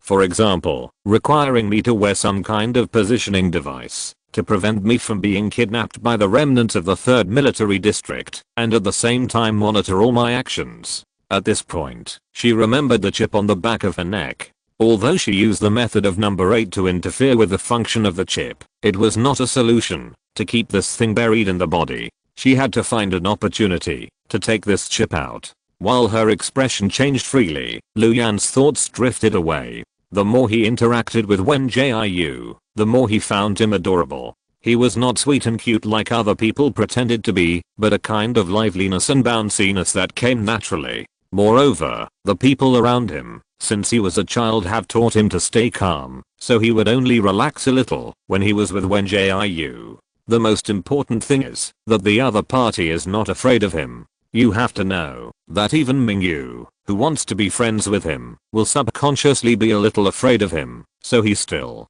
doesn't have a close friend. And Wen Jiu seems to be born with a fearless impulse, whether it is a sudden impulse to break into the 3rd military region alone, or to go deep into the enemy to capture the commander of the opposite side alive, as if nothing is a problem for the other party. It must be said that such courage to move forward is more attractive to him than the so-called calmness. Today's second update has also been delivered. Thank you all for your support again. 030. Lu Self-Strategy Number 1 Yan, when a well-known Wen Jiu. Chapter 647 Self-Strategy Start 2. Wait. What are you thinking about? So absorbed in your thoughts. Wen Jiu came closer with a sly look on his face, blinking his eyes, and taking the opportunity to admire Lu Yan's peerless beauty. Nuwa must have been too partial when she was shaping people. Why did the other person look good from every angle, like a modeled person from a game?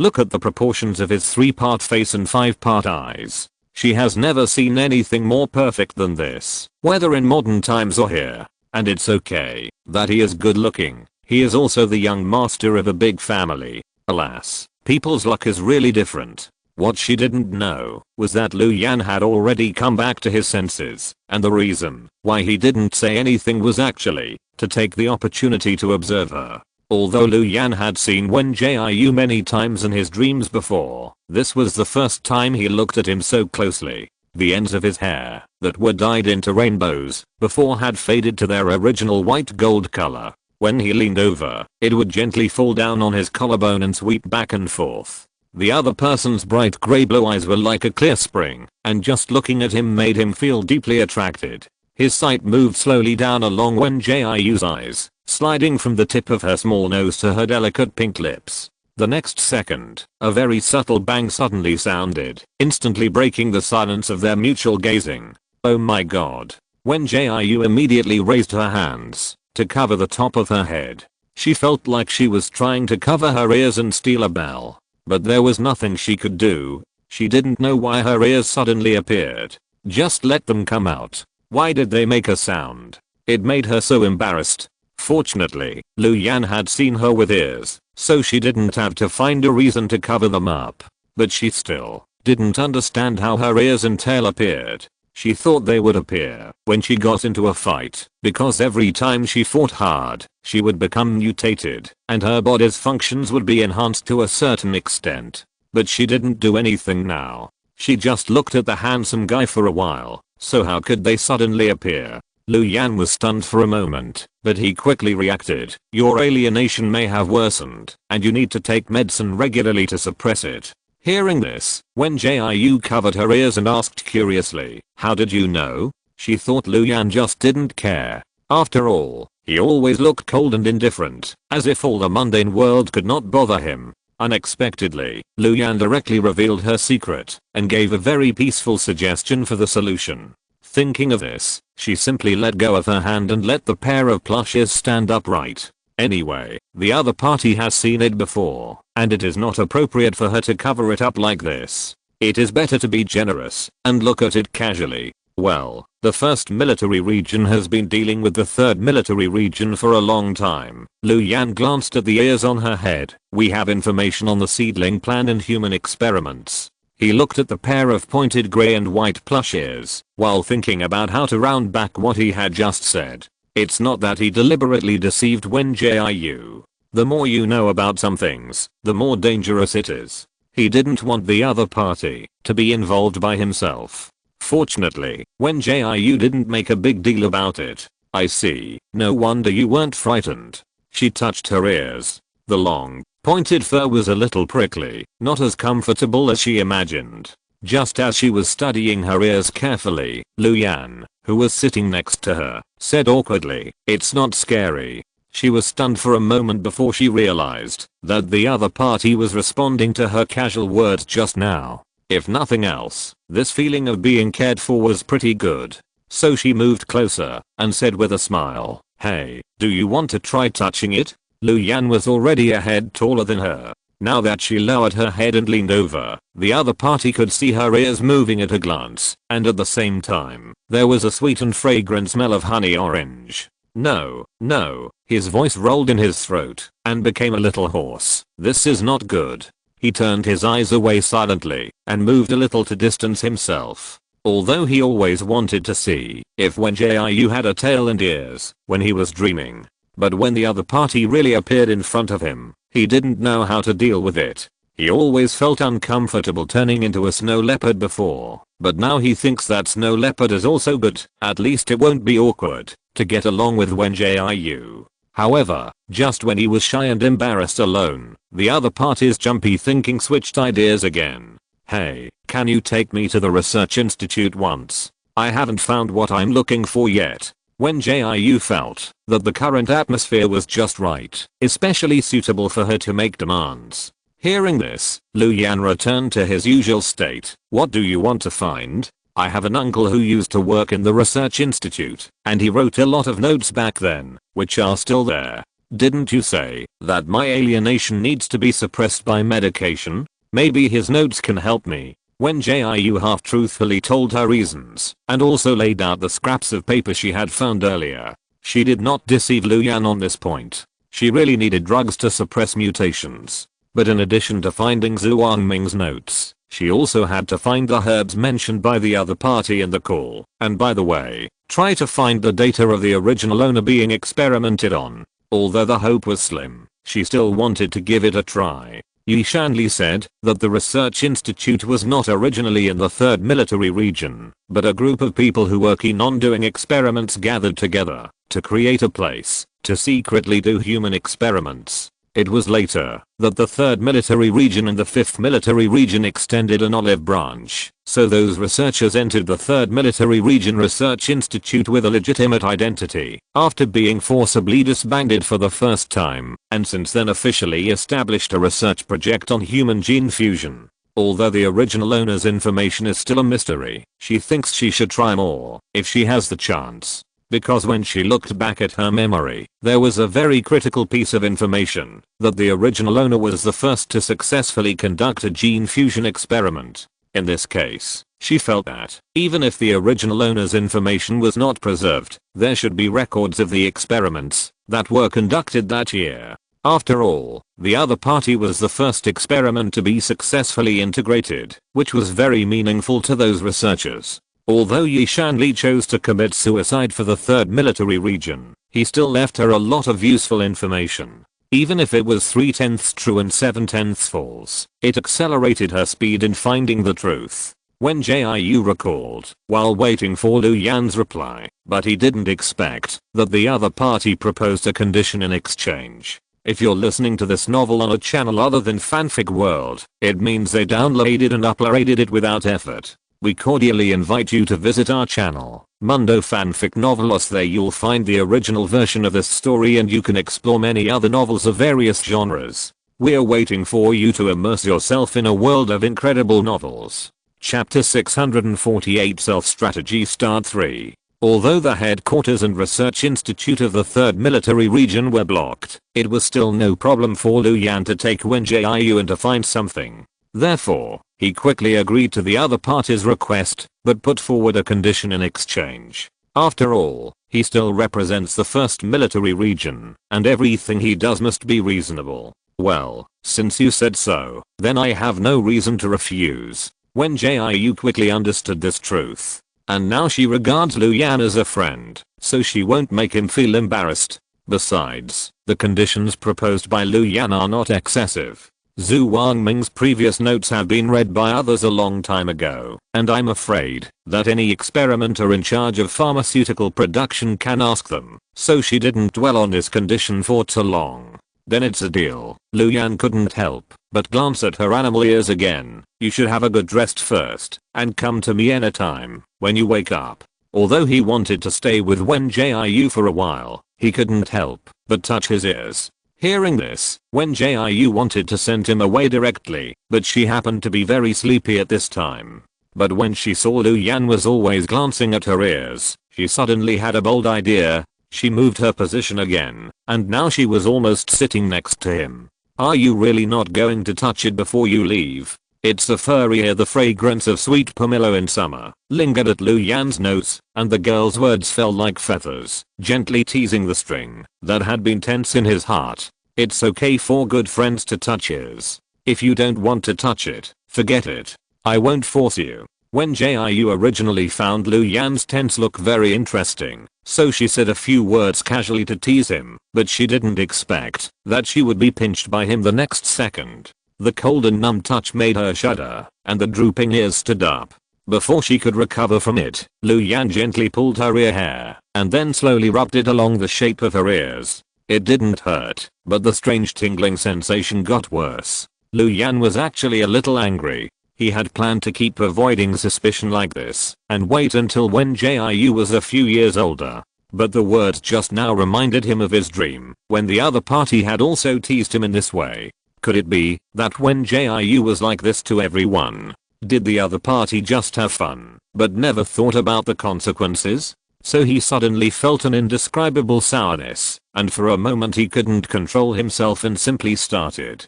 After all, he was also a person with animal ears and a tail, so he naturally knew how sensitive these two places were. Normally, let alone allowing others to rub him, he would need to relax for a long time after being touched, so he never let others touch him. While rubbing, He observed Wen Jiu's expression, but the other party did not show any dissatisfaction or anger. Even. Where did you learn this set of massage techniques? Can you teach me in your free time? I happen to have a pet fox. That fox is fierce and disobedient. If I had your massage skills, I could tame it in minutes. Wen Jiu thought Lu Yan was a little strange at first, but she soon immersed herself in the comfort of being massaged. In addition to enjoying the massage, she also thought of the fox Kiki that she entrusted to Stephanie. If she could learn the other party's set of massage techniques, wouldn't she be able to easily subdue the fox Kiki, and it would be easier to exchange the fur balls for gold in the future.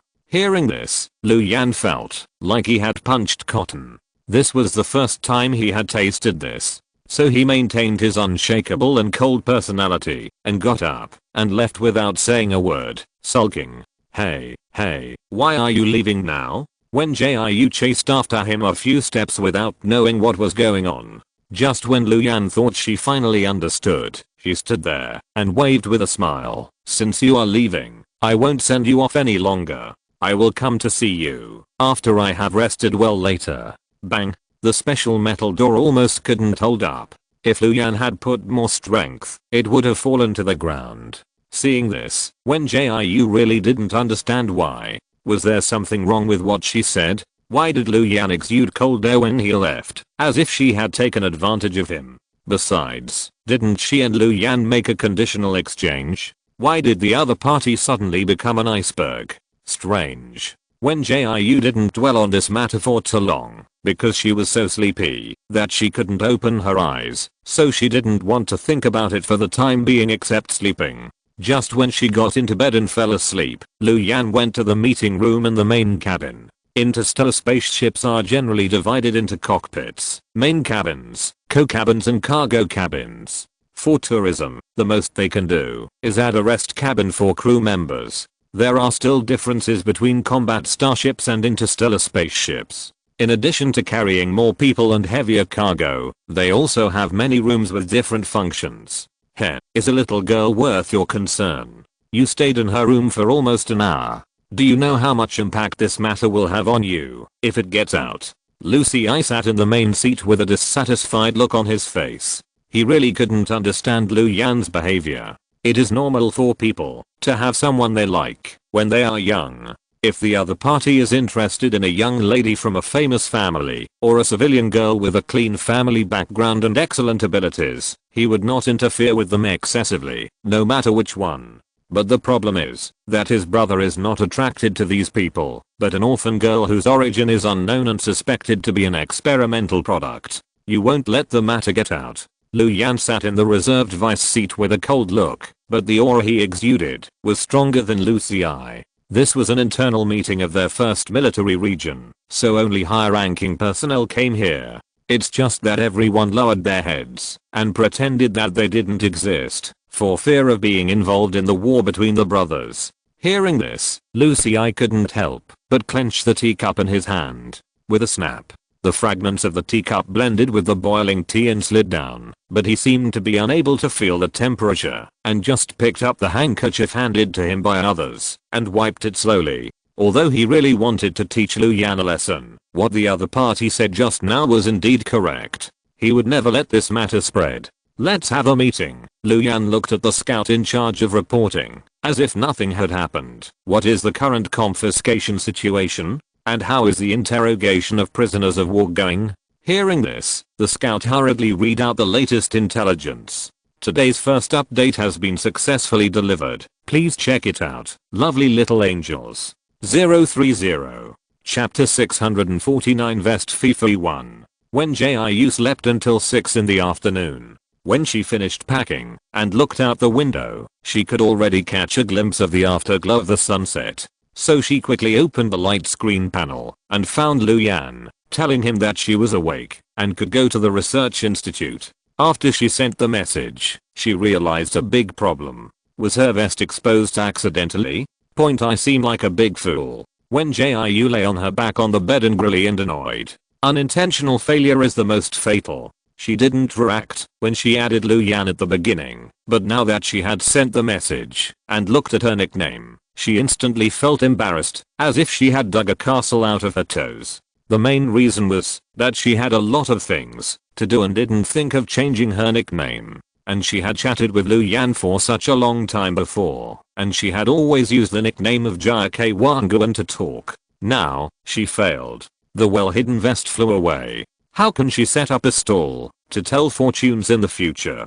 Just when Jiu was dejected because her vest fell off, a doorbell that she didn't want to hear rang at this moment. Forget it, as long as I'm not embarrassed, it's others who are embarrassed. She kept repeating to brainwash herself, while resignedly putting on her coat and going forward to open the door. Have you packed it? Lu Yan still looked indifferent as usual, and seemed not to realize that her vest had fallen off. Seeing this, she breathed a sigh of relief. Okay, let's go. As she said that, she closed the door and walked forward swaggeringly. Hey, do you have any more nutrient solution? She looked at Lu Yan, who was standing in the elevator drinking nutrient solution, and then she remembered that she hadn't eaten since she woke up. Hearing this, the other party hesitated for a moment before shaking his head and said, "No, but I can take you to the restaurant for dinner." It's not that Lu Yan was reluctant to part with 1 or 2 bottles of nutrient solution, but that the nutrient solution he drank was specially made.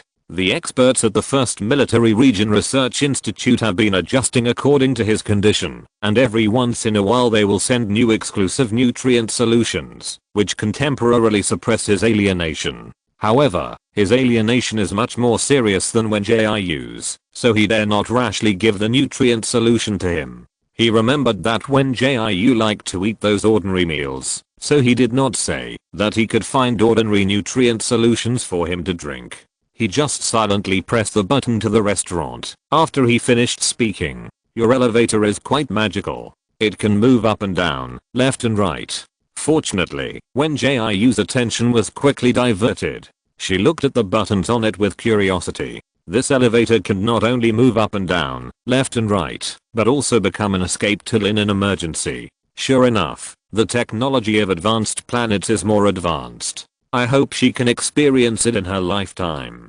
But she wants to go by her own ability, not as a witness in court or other. Well, Lu Yan is still the Lu Yan who can't find topics. He can only keep responding to prove that he is listening. Fortunately, the elevator moves very quickly and arrives at the door of the restaurant in less than a minute. Welcome, it's Milner, to have you in the restaurant." There were several rectangular robots standing at the door, and they read the welcome words in unison. Seeing this, Wen Jiu felt like laughing. Who would have thought that there would be such strange robots on the seemingly solemn starship of the 1st Military Region? Wait a minute. Lu Yan walked up to verify the fingerprint, and then a robot came out, took the initiative to open the door, and took them in. Wen Jiu walked and observed, "Is this a restaurant for high-level people?" Hearing this, Lu Yan nodded slightly and replied, "Well, the soldiers also have a restaurant to eat, but they prefer to drink nutrient solution. After all, the 1st Military Region ranks first among the 13 military regions. The forces behind them have been providing stable funds, so the treatment of the soldiers is quite good." After taking a seat, Wen Jiu happily ordered dishes, this, and this. She had tasted the skills of the chef who accompanied the team last night. Although it was not very delicious for her, compared with the dark cuisine of low-level planets, it can be said to be a delicious existence in the world. What made her happy was not only the chef's cooking skills, but also the menu projected by the robot. There were many dishes from ancient China, and even special dishes from the West. It seemed that the recipes of advanced planets were far more than those of low-level planets. Since there was no one else in the restaurant except them, her originally tense nerves also relaxed. She looked at Lu Yan sitting upright beside her, and a strange idea suddenly popped up. "Yan, I have a question and I don't know if I should ask it." Hearing this, Lu Yan was stunned for a moment, and then he came back to his senses and said, "What?" "It's just that I see that you don't seem to like eating very much." She held her chin with both hands and smiled slightly. "Do you have a bad stomach, or do you really not like to eat?" In fact, she originally wanted to ask Lu Yan directly if he had stomach problems or something. But then she thought that they were not very familiar with each other yet, and it seemed a bit rude to ask rashly, so she asked in a more tactful way, However, she had no ill intention in asking this. She just thought that, if Lu Yan really had a bad stomach, she just happened to know some herbal diets that could nourish his stomach, and she could share them with him to nourish his body. Lu Yan had never thought that she would ask such a question, and for a moment he didn't know how to answer. Seeing this, Wen Jiu immediately explained, "I have no ill intentions, She just saw that Lu Yan was very resistant to eating and couldn't help but think of the novels she had read before, in which 9 out of 10 male protagonists had stomach problems. The other party looked like he had walked out of a novel, and who knows if he also has the stomach problems that are standard for male protagonists in novels. She was the best at treating stomach problems, and she had a bunch of herbal diet recipes in hand, which would definitely make Lu Yan healthy again. After she explained it in a rambling way, the other party smiled helplessly and replied, "My body is very healthy, and I go for a full body checkup every once in a while. You can rest assured about this." He didn't eat because he really didn't like eating, not because he was sick and couldn't eat. It's just that he didn't want to tell Wen Jiu the specific reason for the time being, and there were many devices monitoring them in the restaurant. Even if Lucy would not spread the news about him and the other party, he did not want more trouble to come. So that's how it is. Wen Jiu decisively skipped the topic. "By the way, will all the people from the 3rd military district be taken to the federal court?" "Yes, but before that they will be temporarily detained." Lu Yan was still immersed in the sound of a yan just now, so the indifference on his face was reduced a little. Today's second update has also been delivered. Thank you for the support of every little angel. 030. Chapter 650 Vest FIFA 2. The freshly prepared food in the restaurant was much better than what Wen Jiu had eaten last night. After taking a bite, she ate it happily. But the more she ate, the more she felt something was wrong. Why did the egg fried rice taste so good, but the garlic vegetables tasted so bitter? Are these meals made by different chefs? She asked as she tasted the food. The chefs in charge of cooking in the restaurant are actually logistics soldiers, but they all learned how to cook when they were in military school. After all, it is also very important to keep the frontline soldiers well fed, so cooking is one of the skills that logistics soldiers must learn. Naturally, Lu Yan is not in charge of the logistics soldiers, but he does know a little bit of the inside story. "Well, we brought a few new logistics soldiers to the kitchen this time. Commander Zhang specifically asked for them. It is said that they all have special cooking skills. The dishes you ordered should be made by them, and the other dishes were made by the original logistics soldiers." Although Lu Yan was not interested in eating, it did not prevent Zhang Qingyan from recommending them to him crazily, so he knew about the new logistics soldiers, and also knew which dishes were their signature dishes. At this point, he looked at Wen Jiu meaningfully and said, "Commander Zhang said that they learned these dishes from Xingbo, and the blogger who taught them the recipes seemed to be called Gongzi Fa.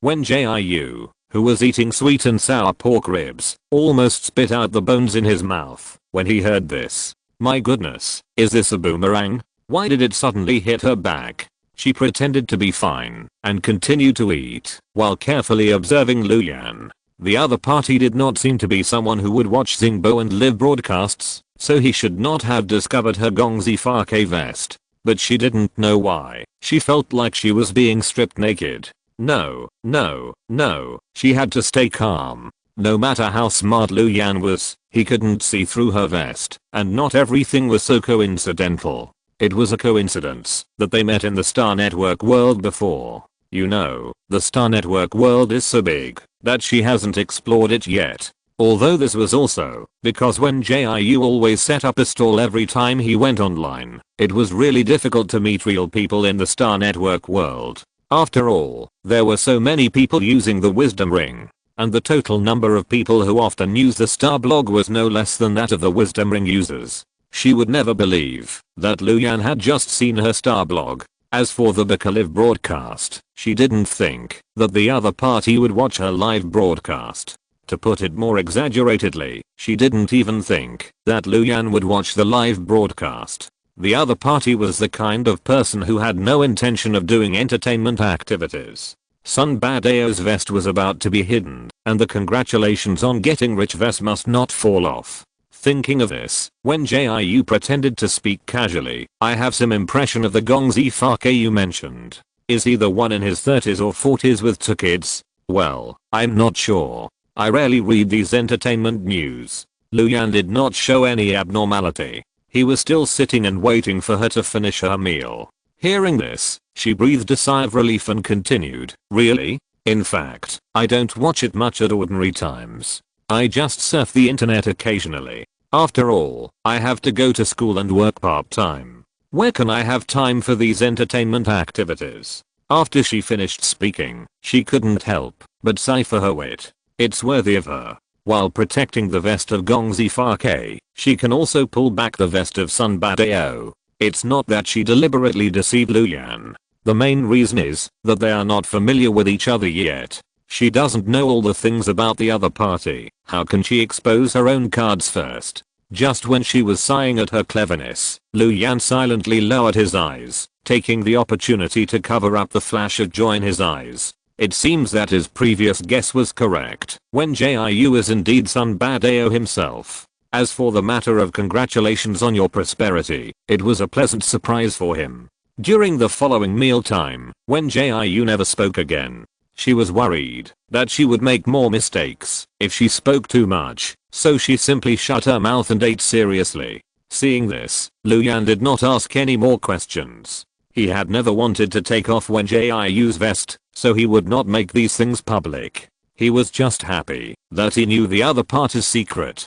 Hey, young master, you are here to eat too? Zhang Qinggan came to the restaurant at some point and came over to greet him enthusiastically. Wen Jiu was so engrossed in eating that he didn't notice his hair falling. Instead, Lu Yan, who was sitting next to him waiting, noticed it and he immediately took out a black ribbon. Then he gently hugged the girl's hair and very considerately combed it a little with his hands and finally tied the black ribbon on it. Thank you, Wen Jiu said belatedly. Speaking of which, I should cut my hair. I forgot about it when I was in the base. She still felt that short hair was easier to take care of and thought about cutting her hair short when she got back. Hearing this, Lu Yan thought she was dissatisfied with his behavior. Sorry, I just saw that your hair fell off, so I did this without authorization. That's not what I meant. I always had short hair before. Wen Jiu was afraid that he would misunderstand her, so she explained the reason for cutting her hair in detail. After the voice fell, Lu Yan's expression became a little happier. While the two of them were talking about hair, Zhang Qinggan, who was sitting at the table next to them, quietly changed his seat. Why did he come to disturb other people's world of two? Why did he choose to eat at this time? He was like a dog walking on the side of the road that was suddenly kicked by someone. Sat, but dare not say it. Fortunately, Wen Jiu was full and satisfied soon, and then left the restaurant with Lu Yan. The moment the two of them walked out, Zhang Qinggan couldn't help but breathe a sigh of relief. Next time, he must gather intelligence before coming, so as not to be hit hard by young Master Lu again. Do I really not need to say hello to Commander Zhang? Wen Jiu asked with some doubt. I think he is quite enthusiastic, and he took extra care of me during the battle. She originally wanted to say hello after finishing her meal, but she was dragged away by Lu Yan right after finishing her meal. Hearing this, the other party's face inexplicably became cold again. No, don't worry about him. Oh, are we going to the research institute now? She didn't ask any more questions. After all, she was more familiar with Lu Yan. It was obvious that the other party was unhappy at the look on his face. Although she didn't know why, she was still very sensible and obedient. Fortunately, Lu Yan's unhappiness didn't last long. Well, first go to the research institute to find the notes you mentioned, and then go to the supervision camp for interrogation. Interrogation? Wen Jiu was stunned when he heard this. Didn't she not need to be interrogated? Today's third update was also delivered on time. Thank you all for your support again. 030. Whisper. Don't worry teacher, Yu's revenge will be avenged. It's impossible to let the murderer get away with it. W equals. End of this chapter. Thank you very much for reaching the end. Don't forget to like. Looking for more exclusive content and immediate access? Subscribe to our Patreon. Remember, every like subscription, or donation encourages us to continue. Thanks to everyone. See you in the next video.